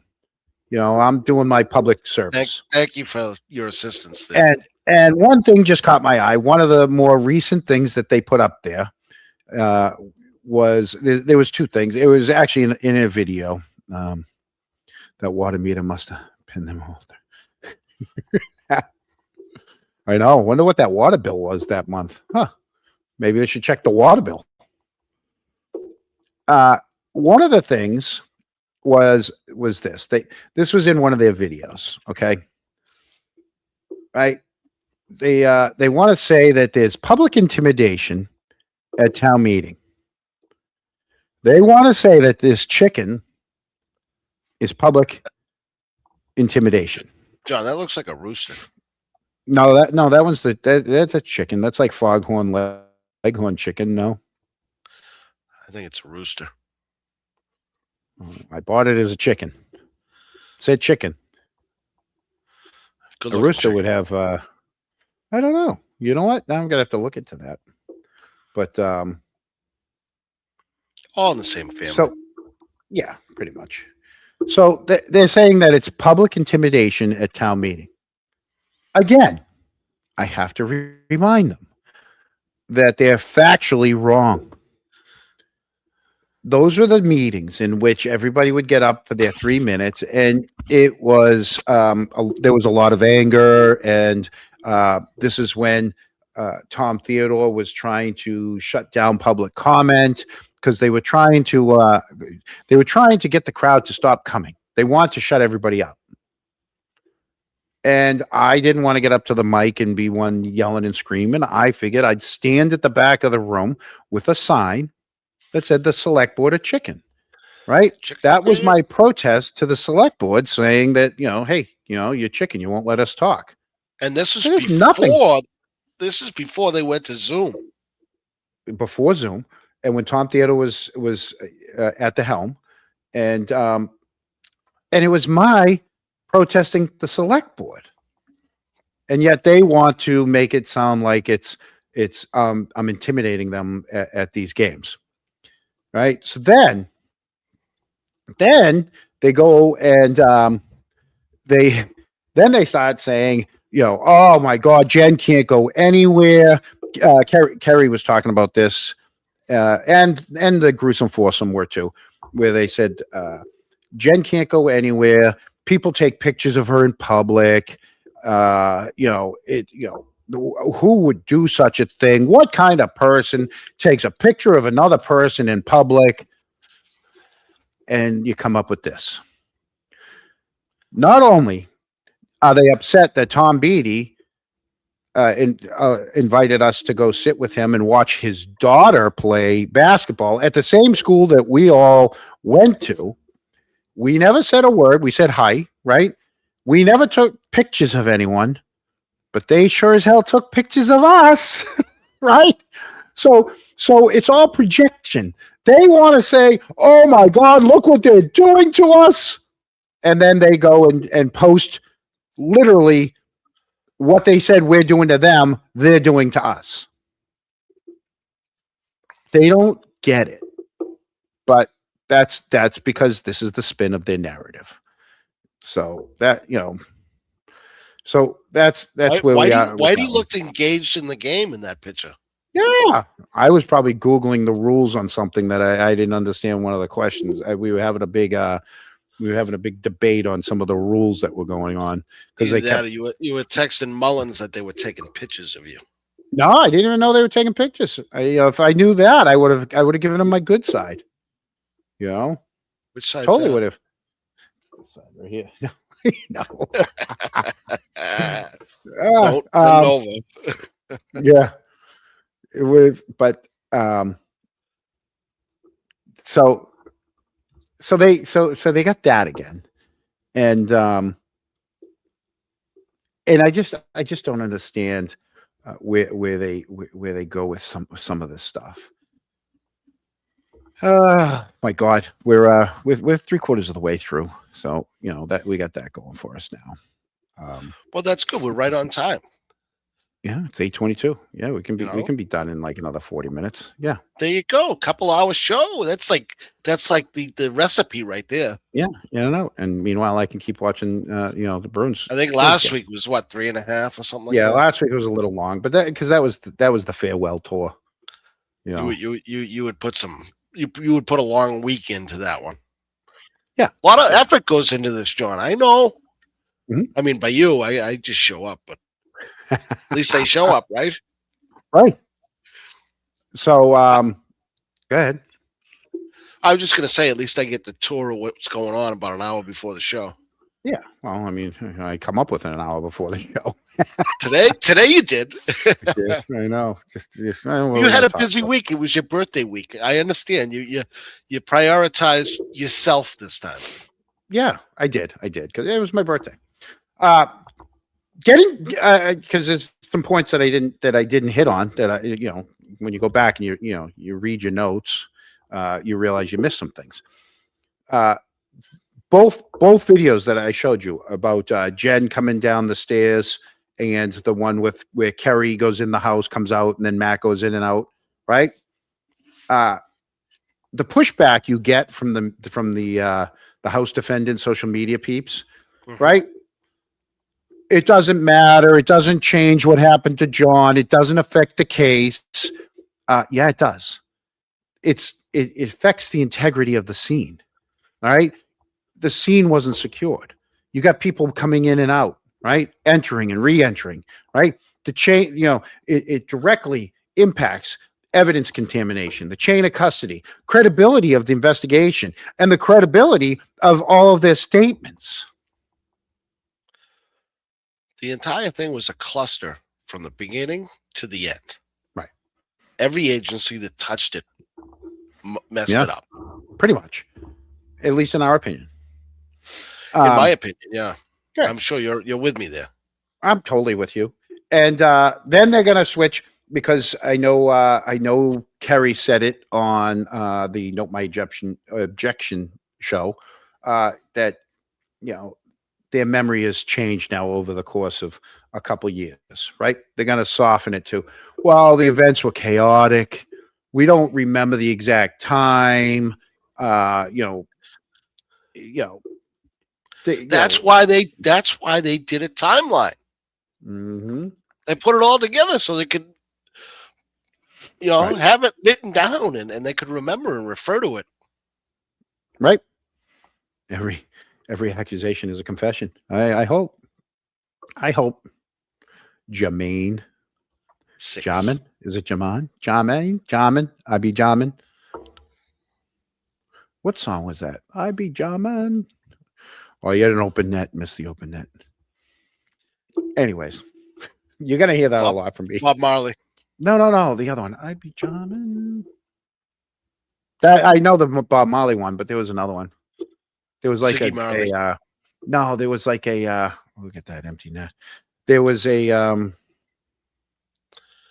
like a rock and roll with that I be Jamin line in that rock and roll song. It'll come to me. So there's that. Now we do have to talk about it, and we don't have to get into it. I know a lot of other shows got into it. Obviously, a new defamation lawsuit has been filed by the members of the McCabe, Albert, Higgins, members of the House defendants. The case, not in Norfolk County. It's in Barnstable County. And I made this post, and they immediately wanted to call it conspiracy theory. All I did is put up the fact that it wasn't filed in Norfolk County. It was filed in Barnstable County. And I did in fact put, maybe it's because Higgins lives down there. So I put it in right away. But that doesn't change the fact that, A, I never said it was improper. All right. B, I did say it was Higgins, that, it's legally allowed because Higgins is there. And I didn't say it, but people can ask themselves, is it more than just legal? Is it tactical? Right? That's what I was getting at. It had nothing to do with a conspiracy. It had all to do with, is it about convenience, making it inconvenient for people? Is it about a connection? Is there a connection to people down the Cape, or is it about a strategy? All right. That's all I was getting at. And they weren't happy with that. John, do you think there's more to come? More suits to come? I don't know. I mean, if you really look at it objectively, every different social media person pretty much has a different take on things. You have some that are law tubers and they just want to read the articles. You have some that are entertainers and they make light or reenact things, make memes about things. Then you have us. We focus on some of the case, but we also focus on Canton things. It's not, what I mean? Like, so I don't know. I think they're just trying to go after loud voices or people. I mean, I know you've never said what happened. No. I don't know what happened. I have never called anyone. I know that there's been people that have time and over and over and over tried to get me to say, well, if Karen didn't do it, who did? I don't know. I don't know who did. I feel confident in saying Karen didn't do it, but I have no clue on what happened from there. Right. Now, the other thing is when you want to talk about a defamation case, right? The legal standards of a defamation case, fact versus opinion. Well, pretty much we give a lot of our opinions on here. And the only facts we do talk about is when we're looking at the evidence. I mean, it's a fact. I can say it's a fact that Colin didn't get home. I can say it's a fact that Colin should have been home before Chris, if he indeed left at the time he said he left and drove straight home, or rode in a car that took him straight home like he said he did. We know that. You guys did two different routes. John, we don't even know if Chris, there's a police report, state police report, that says Chris was at 34 Fairview that night. So what are we supposed to believe? We don't know which one to believe. It all leaves us with a lot of questions. Here we are 4 years down the road, and we still get tons of questions. We don't know which one's the fact, right? Exactly. And I've said all along, right? And I've said all along, I tried to take all of their testimony as fact, as, hey, they're telling us the truth. Well, if they're telling us the truth and we're going by the testimony, then why is this? Why is that? Why does the dash cam say this? Why does the time on this say this? Why is Higgins said he didn't go into the control room and talk. He said he walked by and he never talked to Goody, but yet we saw him go in and talk to Goody. Higgins said he moved vehicles. He didn't move vehicles. He moved a vehicle. And then you have evidence. You have evidence from Canton PD going to the prosecutor with little memos that say no tampering, LOL. I mean, it's a year later. A year later. Yeah. Right. And we're not supposed to ask. We're not supposed to ask these questions, John. I brought this one up too a year ago. So a lot of times, they didn't have a problem with me when like 600 people were watching what I said. Matt on the stand said Julie was excited to see him at the house. But when you play all of the testimony, they barely knew each other. They tried to play it off like they barely knew Julie, and she may have sat for their dog or babysat their kids or something like that. She had been to their house once or twice before. Like they distanced themselves from her, but yet she's excited to see them. So, you know, there was a lot of, you can't have it both ways when you're watching this. And that's what I was getting at. Then you got the public versus private figures. You've got the two Brians, right? Brian Albert, police officer, and was on a TV show, Boston's Finest. He's a public figure. Definitely a public figure. He's a public figure. And and Brian Higgins, ATF agent, the line is different for public figures than it is private figures. Public employee. Yeah. Right. So so when it comes to what qualifies for defamation, you can break it down into like four things. It's a false statement of fact about a specific person shared with others that causes harm. And if you miss any of them, you don't have a case. And not everything that's wrong, not everything that's harsh, and definitely not everything that hurts your feelings is going to be defamation. Okay? So when we say that there were members of Chris's family or Lank's kid that were at a house party, we never said what they did at that house party. You know what we're talking about, right? The Thanksgiving house party. We didn't say what they did. We just said they were there and they were part of it. And that all of the parents, you know, somehow the homeowner was made whole. Okay. There's a difference about being harsh towards someone and, you know, but so. At least the homeowner was made whole. And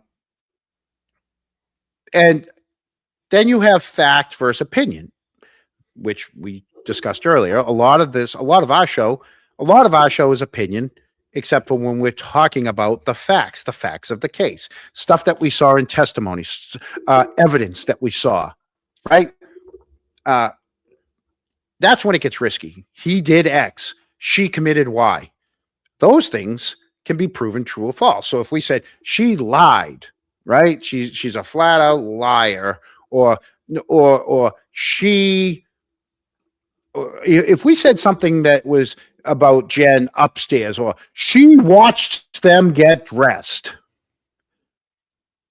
that we don't know if she watched them get dressed or not. Maybe she closed her eyes. Maybe she turned her back, right? Or she turned the light on. We don't know if she turned the light on. We never said that.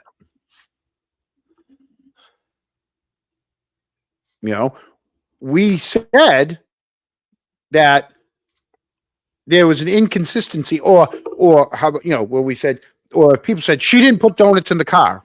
No, all I said is, how can she put donuts in a car that wasn't there at 7, that is there at 8, and where did that car come from? Because if I want to trust the testimony, and Julie says that she got out of her car to go put the donuts in the car in front of her nephew's car, right? Well, how come we never saw her nephew's car at 7 o'clock?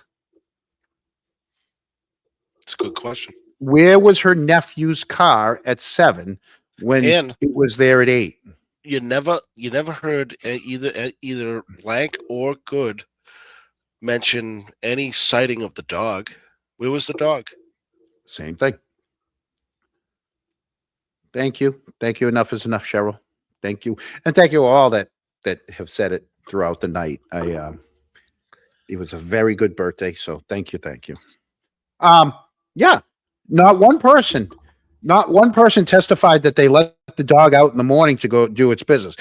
Remember, Brian testified that he took the dog out that night when they got home from the bar. Yeah. So What you? when did they let the dog out the next morning? And you would think that if there's a lot of ruckus going on at 6 o'clock in the morning, let's say, that the dog's going to be up with them. You have a fenced-in backyard. He couldn't bring it through the house and put it in the backyard? Could have. Right. So it's questions that it's just questions that we had to ask. I did get a message from someone that said my they weren't happy with my costume at the select board meeting. It put them in a foul mood. So, John, you've done that. You've put people in a foul mood before. Yeah. Well, this is FOWL, not FOUL.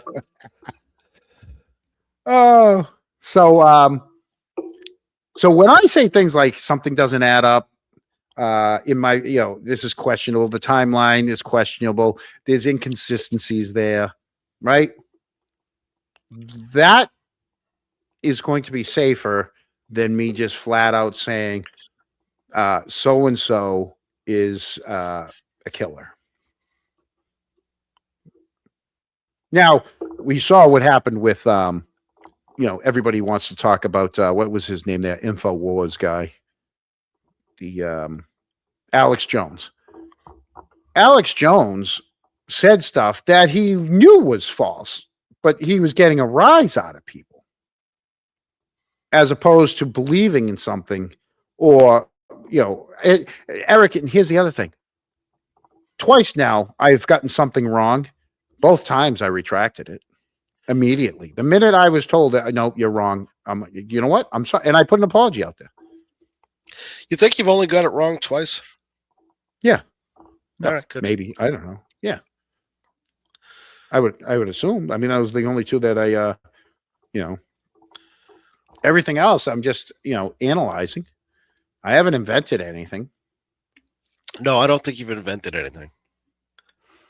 I don't think I don't think you've embellished on a story either to make it sound like it's more than it really is. Right. Well, here's a question for you, Eric. Where is the line between opinion and a factual claim? Well, I think it's important that when you're expressing opinion, people know that it is your opinion. Right. It's facts are facts, but when you're throwing an opinion out there, that it should be crystal clear that it's your opinion. Right. Sheila, at what point does he take it out of the closet and bring it out into the backyard? Did he leave it in the closet all morning? He had to have put it in the yard before he went over to Jen's house to meet with the Stadies. No? What time was that meeting? Do you remember? Where, at Jen's? Yeah. Wasn't that in the like afternoon? 11? No, Was 11. it that early? I didn't think they got involved until later. Yeah, because it was before they went to the hospital. They went from Jen McCabe's to the hospital. They went Canton Police Department, then they went to Jen McCabe's, then they went to the hospital, then they went to Dighton, then they went back to the Canton Police Station, and they were at the police station until they went back to Norfolk County down in off of Dedham Street. Wow, they put it all together very quickly. Oh yeah. They're quick. They're that good. Exceptional. See, there you go. In my opinion, the dog was gone before John O'Keefe was found. See, that's how a lot of people feel. So, and the rules for defamation, this is where the call-in stuff comes in. The rules change for private versus public figures. For a private person, you only need to prove negligence.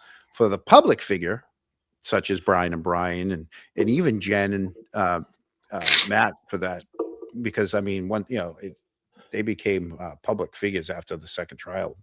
Two very very high profile trials. um, uh, for public figures, you have to prove actual malice, meaning you had to have known it was false or you recklessly ignored the truth, which is kind of what Alex Jones did. And so I watch some of, like, I don't watch a lot of the other shows because I'm always trying to get ready for this show because of all the stuff you put in front of me. But from the ones I do see, I don't see them recklessly ignoring facts. I see some of them. I see a lot of satire. I see, and I'm not talking about. This isn't about, you asked the question. Do you see other people being brought into this? I've talked to different councils, and there's one of them that has told me anyone can sue anyone for anything. Will they win? That's another question. Right. So, yeah. Will they win, and will they draw in a countersuit? Yeah. So there you go. That's going to be the problem. The damage is the other way, and that's going to be the problem. Yes, it's good that they're raising money for this, but are you going to waste it? No, trying to go against somebody that that it's a malicious lawsuit against someone that you're probably going to lose, and now it's a waste of money because now you're going to have to pay some money back out, or you're going to use the money to go after the people that you can go after.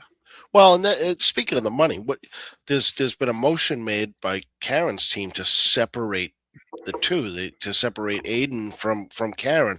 Has there been? I haven't seen it. Yeah, she put a motion through, I believe, Friday. Okay. It has been my birthday, obviously. So now, is that gonna mean that they're gonna have to spend twice as much money if the ruling is approved? No clue, because I didn't. I'll have to look at it because I didn't know. I told you it was my birthday weekend. I shut it down. I had Friday. I took Friday off. So technically, since Thursday night, I've been in me mode. John, we could have had a 3-hour show if it wasn't your birthday. If it wasn't my birthday, we would have been prepared. We condensed it to 2 because we didn't have the time and the resources. But there's still more. Who said it's even going to be 2? We're almost there. The second period's just starting. It's like I said. Thursday night, I checked out Thursday night. It's been go time. Yeah. So it's good, John. You need a little time to yourself. Right.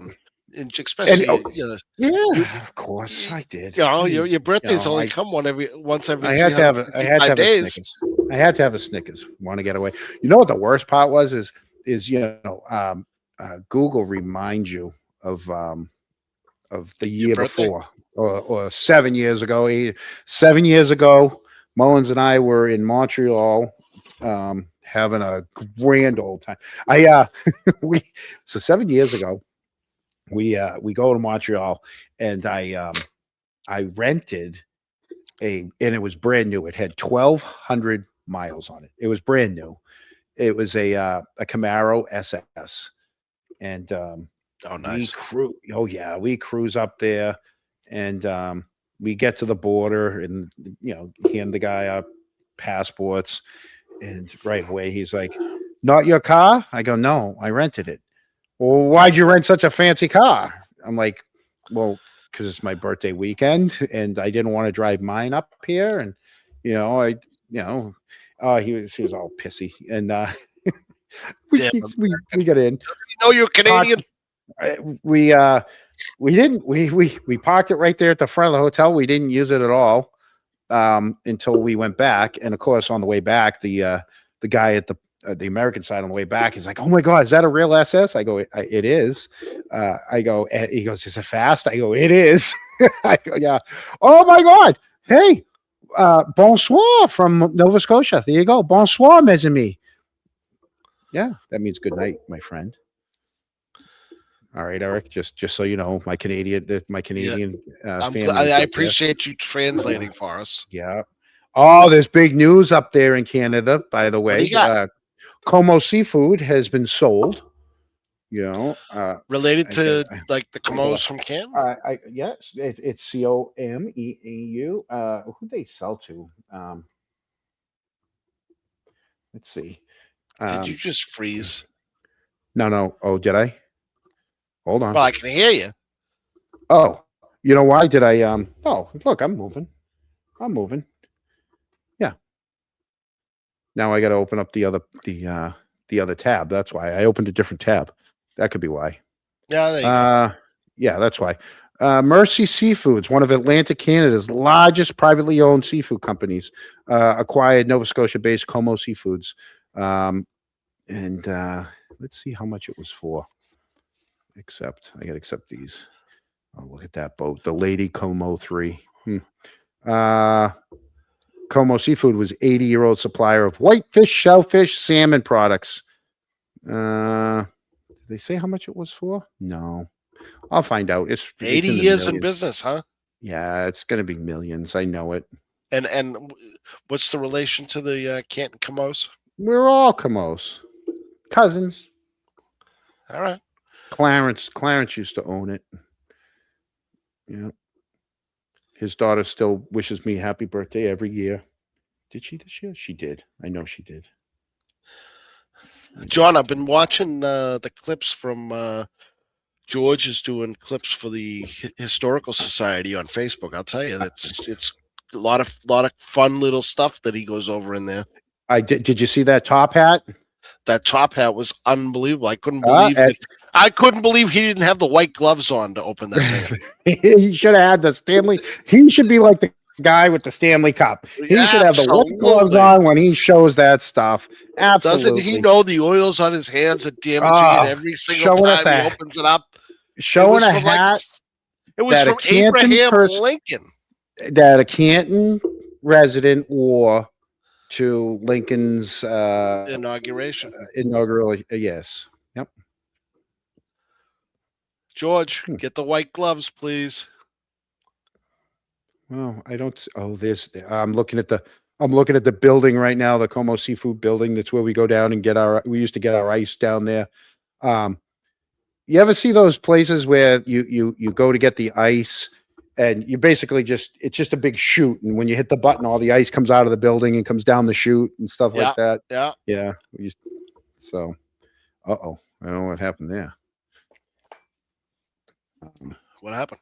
No, I don't know. My computer must have gone to the fridge. I don't know. I don't know how much it was sold for, but I guess it was free frame. I was freezed. If you did figure it out, you would have had to done the conversion rate and all that stuff. So don't worry about it. Okay. Yeah. So. I would have. That would have been easy. What's it? $1.50 to maybe? I don't know. What's the Canadian? It fluctuates every day. What's the difference between the Canadian and American dollar right now?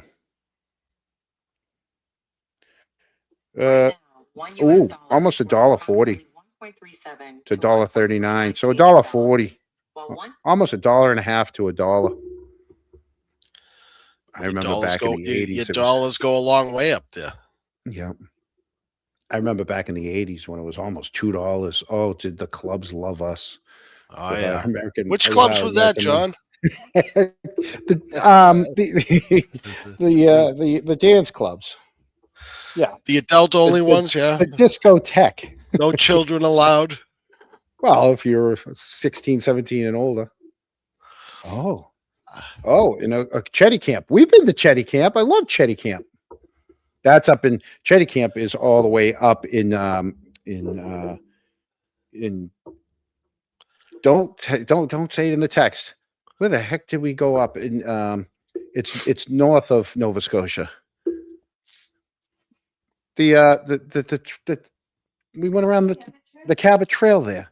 Chetty Camp's all the way around the top of oh my God. It's not New Brunswick. It's not PEI. It's not Nova Scotia. It's no, Jesus. It's not. John, you're not only from outside Canton. You're from outside in a whole different country. Yeah. Now Cape Breton. Oh my God, I can't believe I got that wrong.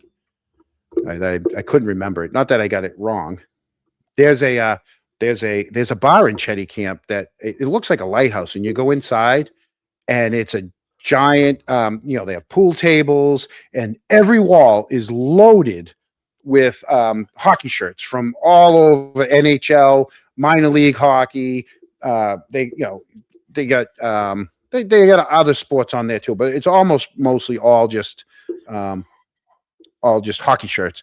And I asked the guys, I said to the guy, I go, I see all these shirts, and there's a Bruins shirt here, and Minnesota North Stars here. I go, where's your Montreal Canadian shirts? They go, yeah, we don't like them. They're in the bathroom. Literally, you go in the bathroom, the shirts are in the bathroom. They had all the like the team pictures from all the different NHL teams in the old past. It's beautiful up there. Great country, and we probably just lost about half our viewers. But I mean, it's I'll tell you, if you have the time, best trip to go. We took the motorcycle up, went twice up there. It's awesome. Yeah. So, John, I'm going to be going up in November, December timeframe. Our oldest granddaughter, who lives in Colombia, is old enough to do a school swap kind of thing. You go and spend 3 months in a different country, and it was between London and Montreal. And I told my wife, I said, London, we're probably not going to go visit, but Montreal, we can get there a couple of times. So I'm looking forward to it. I've done it. I haven't been to Montreal since I was 20 years old, going up to St. Catherine Street. Yeah, it's not the same. No, it's not the same, but it's still Montreal.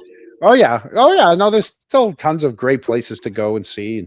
And I'm in the process of I'm going to be a dual citizen. Hopefully by next year I'm going to be a dual citizen. So nice.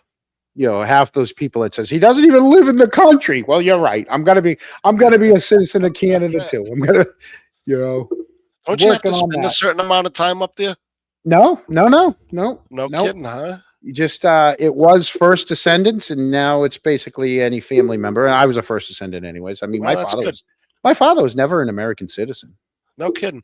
No, he had his green card forever. Green carded his way through. That's all right. Green carded his way through. I can't believe they didn't kick us out. So he never got to vote. He never got to vote for George.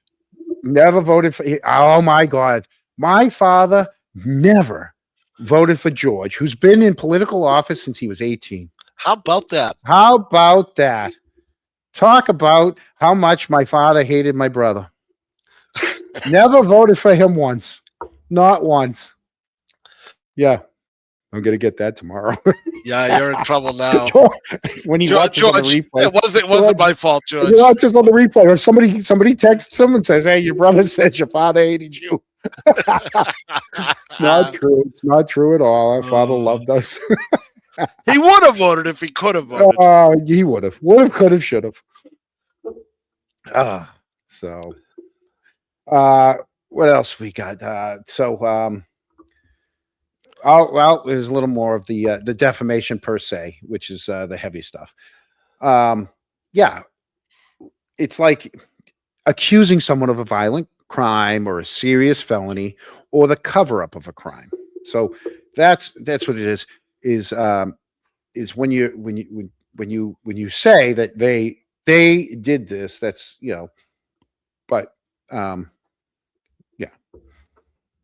So those are the type of things that they're going to be going after.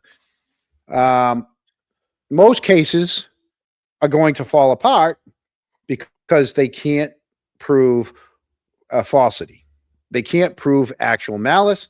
The statements end up being opinions, or the harm isn't clearly tied to the statement. So the filing of their lawsuit, that's easy. And then proving one is where many times it collapses. That's why a lot of them don't win it. So without getting into the merits of this lawsuit, what you're really saying is it's going to be a little bit easier for Colin and Jen, but because the two Bryans are public figures, that's going to be a little bit more challenging. You could say that. I wouldn't lump Jen as in the easier ground. She's more mid ground. She I could at put this in free point be a category. I public would put figure, it in but she's correct. I would put it in a pyramid of remember, Colin didn't remember anything, so you got nothing off of him on the stand. So right. you're right. You got a lot of I don't remember anything, and the only thing that sticks with Colin is his time. You know, I mean, times can be off.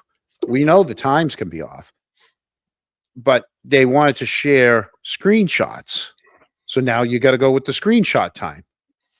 All right. So if you go by the screenshot time and you go by where he says the minute it happened, he ran out, got in the car, went home. That's all we're talking about on that stuff. Just saying he's in the house isn't defamation because it's true. He was in the house. He admits he was in the house. He knows he was in the house. He testified that he was in the house. All right. It's when you get past that point. It's kind of why the loophole lawyer focuses on Brian Higgins because it's provable. Brian Higgins has the motive. Brian Higgins had the means. Brian Higgins it's the means, the opportunity, and the motive. And if you watch the loophole, he says the motive is old as time. And he's the guy roaming the halls at Canton PD at like 2 a.m, whatever it was. How about not only that, we still don't know who he's on the phone with. What phone was he? So who was he on the phone with at 1:28 when he's walking out of the station to his car?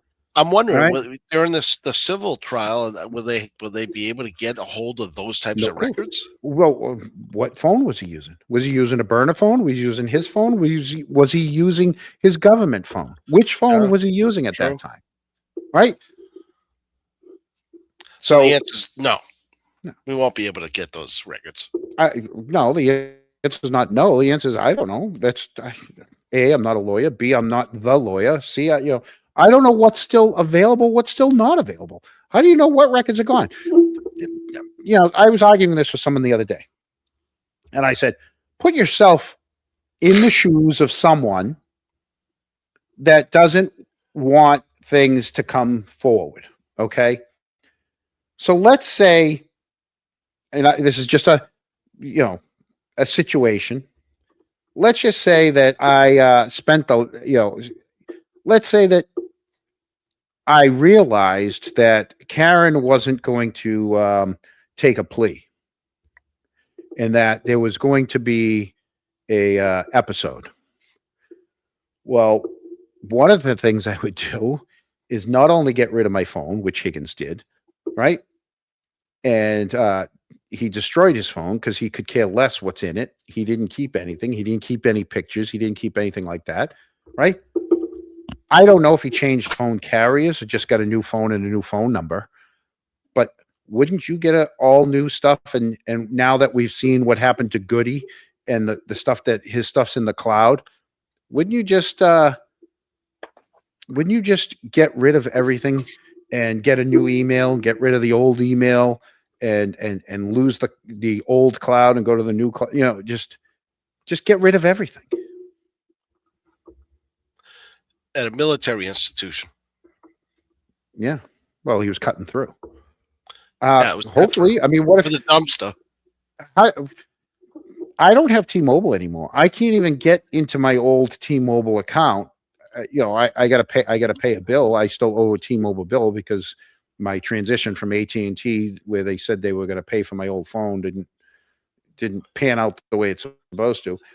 But I can't even log in now that I'm no longer with John, T-Mobile. Your internet tonight was strong. No glitches. Maybe the weather was nice. Uh-huh. Oh, maybe that's what rained all day. Not down here. We got intermittent rain all day, I should say. Yeah. So I don't know. Wouldn't you over the last 3 years make sure that there's nothing left? If now that the criminal trial's over, I'd be like, listen, all you get is what was in the criminal trial. I got nothing else that's left. Anything that didn't make the other trials, be gone. Well, Out, why would out, damn spot. why would a judge at a civil trial give a rat's ass what was presented in a criminal trial? No, what I'm saying is anything that they didn't have to turn over. Yeah. Anything that made it this far, kind of like the Canton Police.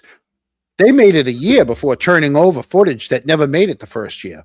Now it was. Right? It made it the next year. Yeah. What's to say there's not more footage? And they're like, yeah, let's get rid of it. Change your phone, change it, go to Metro. Go to a prepaid phone for all I care. And if this goes to trial, how long is this trial going to be?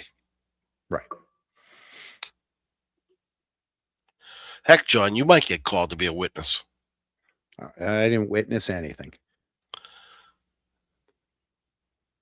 Oh my God! Speaking of witnesses, I totally missed it. So last week, I think it was a week ago. It can't be more than 2 weeks.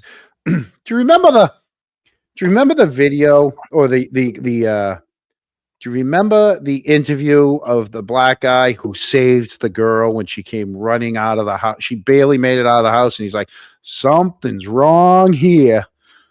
You know, remember that one? Yeah. We just had the anniversary of that. It was was that 9 years ago, 10 years ago that happened, where she escaped the guy's house and ran it, and he goes, "I knew something was up." He goes, when a little white girl runs into a guy's arms, he goes, "Something's wrong here." Dead giveaway, right? I'm like, I can't believe that happened so long ago, where there was other kids trapped in his neighbor's house, and he even said, he goes, he'd come out, he'd wash his car, and that's what it is. He totally looked like the barber from Coming to America, and he was normal, and he'd say hi, and he'd wash his car, and then go back in the house, and we never knew that that he had people trapped in his house. Yeah. That was the anniversary of that. Bruins had a break. Pasternak had a breakaway and just put it right into the chest. John, what's the score? It's still 1-0, but Pasta, come on, you gotta hit. Yeah, 1-0. Pasta should have just put it top corner. Totally missed it. Are you ready to go watch the rest of the game? Yeah, let's bring it in. We might as well bring it home. Where are we on the numbers? 2 hours, 3 minutes. We're 3 minutes over. We're 3 minutes over. So, 3 minutes over. For a show that you told me we might have an hour's worth. An hour and a half. Yeah, we stretched it a little bit. I'm like, that smells like 2 hours to me. Right. So there's one other thing about this whole defamation thing, and it's questions around the phone data, the call logs, confusion around the timelines and the movements of the people, and reports of certain video footage, whether it's missing from the station or nearby stores. I mean, there's been rumors around town that that not only did one business not have any footage after the police went to look at their feed, but so didn't a residence. It's I can now say for sure, for certainty, that there was a residence that the police went to check their cameras to see if there's anything on there, and now there's nothing on there. But a lot of in-op cameras in Kent. Right. So whether those gaps are going to be explainable or not, right? It's a totally separate question. The fact is that us asking about them, that's not reckless. What we did wasn't reckless. It's a response to what was put out there as evidence in the case, as testimony, as like you said, as Chris Albert, as the statements that Yuri said himself. If there's something that was put on a statement, I will say that's gospel and it is a fact. Well, how can we say that that's a fact that Chris followed along to Fairview, but then he testifies that he walked home. How are we supposed to believe? Which one do we believe? Signed. It was a signed report. Yeah, but was it signed by Chris? No. It was signed by Yuri. It was authored by Yuri, right? Yeah, right. It was authored by Yuri, but I mean, how do you go to the lengths of writing up a report, signing it, and then saying, "Oh, that never happened"? Just didn't happen. Exactly. Sorry, but yeah, yeah, and that.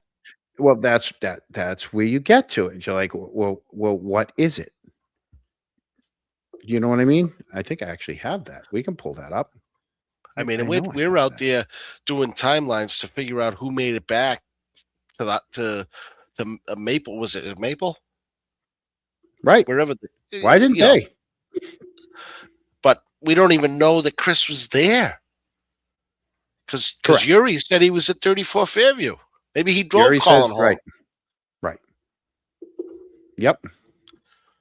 Let me see if I have that real quickly. I know I have it. Let me see. Where is Yuri? What's this one? I just want to see. Oh, no. That's not that one. Here is the Yerster. Is it the Yerster? Is that what I put it under? What do you think I put it under? You know, I can't. Yeah, I don't know if I have it. I know I know I have it. I just don't know where I am. That was Higgins going into the station and where he went up through the station. I got a lot of Jen. Yeah.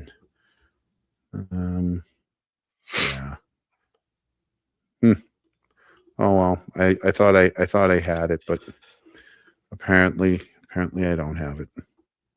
Or at least I don't have it in the I don't have it in the computer all loaded up. And of course, you know, as soon as we hang up, I'd find it. You know. No, that's Matt. Brian, Kerry. I probably should have labeled them too. If I had labeled them, then I definitely would have had them. What's this one? Nope, that's not that one.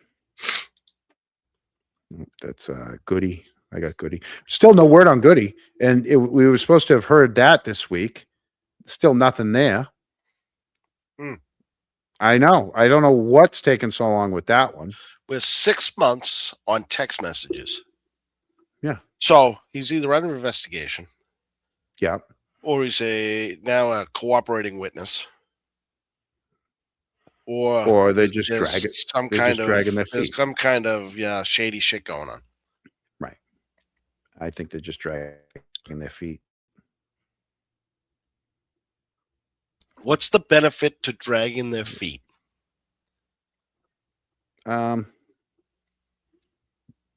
It's the union. The union drags their feet on stuff. Okay. I mean, yeah. You're probably right. You're probably right. I mean, it's how long was Proctor in this? Proctor was in 8 months of this stuff with the union, and then they bailed on him. And then they finally bailed. Yep. Absolutely. That's the feds. I did have one of Higgins. It was probably going to, well, let me pull it up real quick and just see anyways. Might as well try it. It couldn't hurt. That's Tully. Hold on. Goody. Shady shit going on. I agree. Yeah. You just never know. How's that chat doing tonight? Oh, the chat's lively. Let me see if this is. I just for giggles, I just want to see. Oh, it's not. It's probably going to say too long. I should have put it over here on this side. Now it's going to. Oh, and John, we should mention that we're still very much involved in the fun run. we've got a plan. We're not going. Yeah, we are. That's coming up.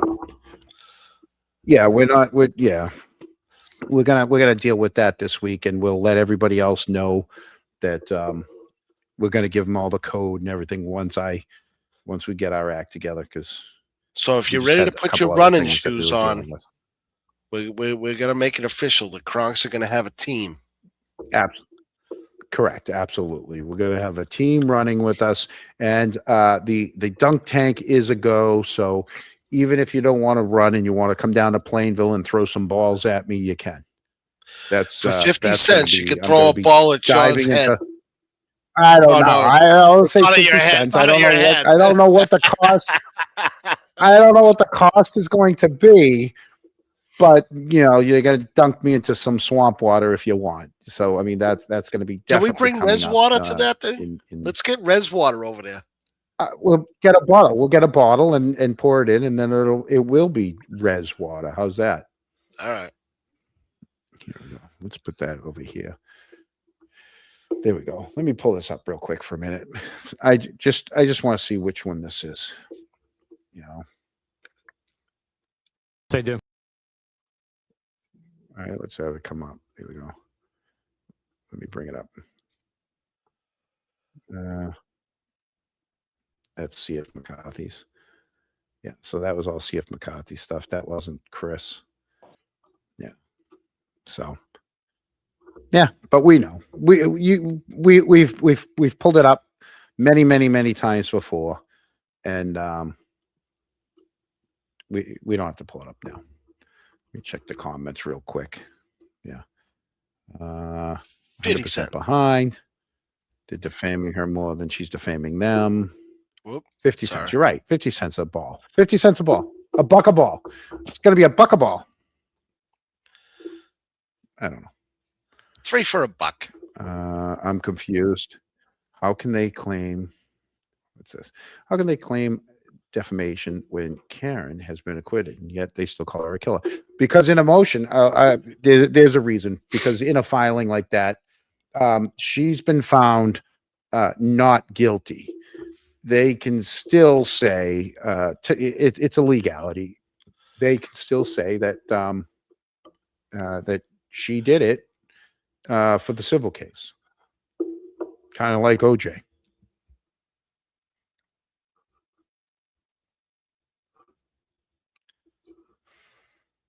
Did you freeze? No. No, I'm good. I thought you freeze. Even Proctor wasn't told to go. He couldn't go in a building without being accompanied by someone. I know that's the other thing that that at least they let us know that shows you how serious they were with what happened to Goody. So, so let's bring it in. Let's bring it in. So in conclusion, if a case is built on people discussing inconsistencies like we did, gaps, and unanswered questions, the real issue becomes, are those discussions false statements of fact, or are they exactly what you expect them to be? Expect like what we're trying to do. We're trying to understand something that still doesn't fully make sense, right? It doesn't make sense, a lot of the stuff. The Higgins's Jeep, where was it? How can you have people show up in a pickup truck, pull directly behind Karen, but no Jeep be there, right? How can you have Julie Nagel run out and say she runs to the end of the driveway? If they were at the end of the driveway and she ran up to their side door, they would have been directly behind the Jeep if the Jeep was there. So that's the things that we focused on over and over and over, is we couldn't understand how that could be when you have, Jen said the Jeep was there, and Matt said the Jeep was there.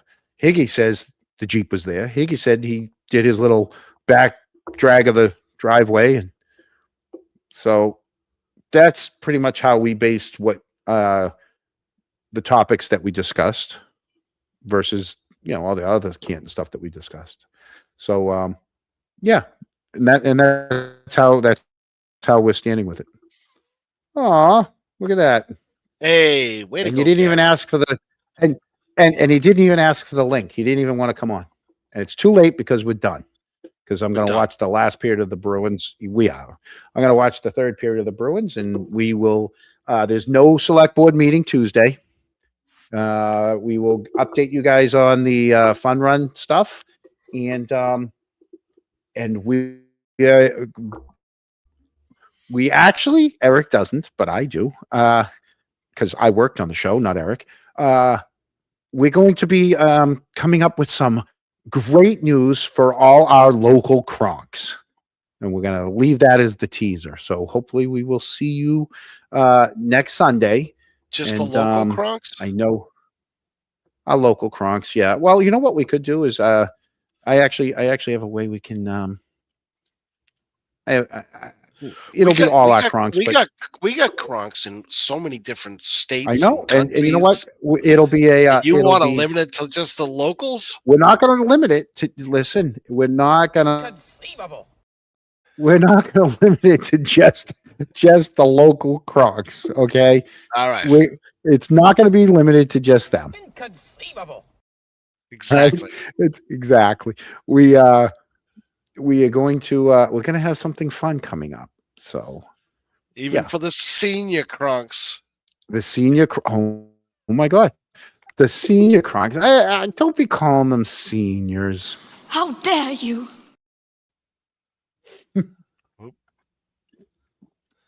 How dare you call them senior Kronks? Why would Brian Higgins want the trial to take place in his little yuppie town where he hangs out at the Daniel Webster Inn without his other yuppies? Yeah, looks like the Daniel Webster Inn is going to be the go-to place now. But book your reservations early. That's it. Got to get to the bar. Maybe a little putt down the Cape. Oh, we're gonna have to do a Kronk putt. They got like a trampoline camp down there. Other people do golf tournaments. We're gonna do a putt tournament. There you go. I like that.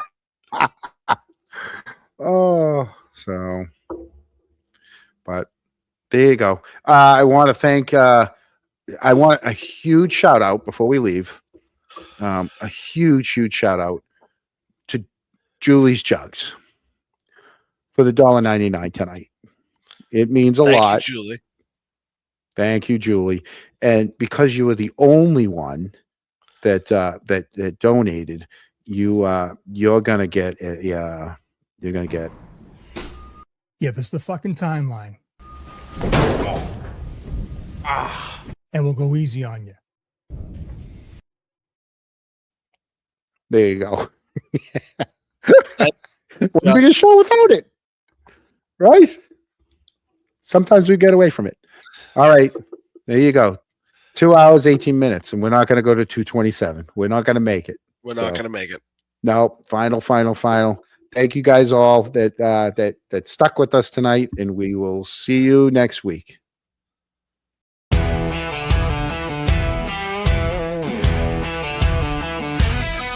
It's the Chronicle signing off with a flame, dropping names, spitting facts, shaking up the game. It's fire, it's grit, it's no holds barred. A mic in one hand, the town on guard. The truth hits harder than a Fairview brawl, and the Chronicle's here to expose it all. From cover-ups to donut runs, we light up the night like Canton Suns. Next episode, yeah, we'll be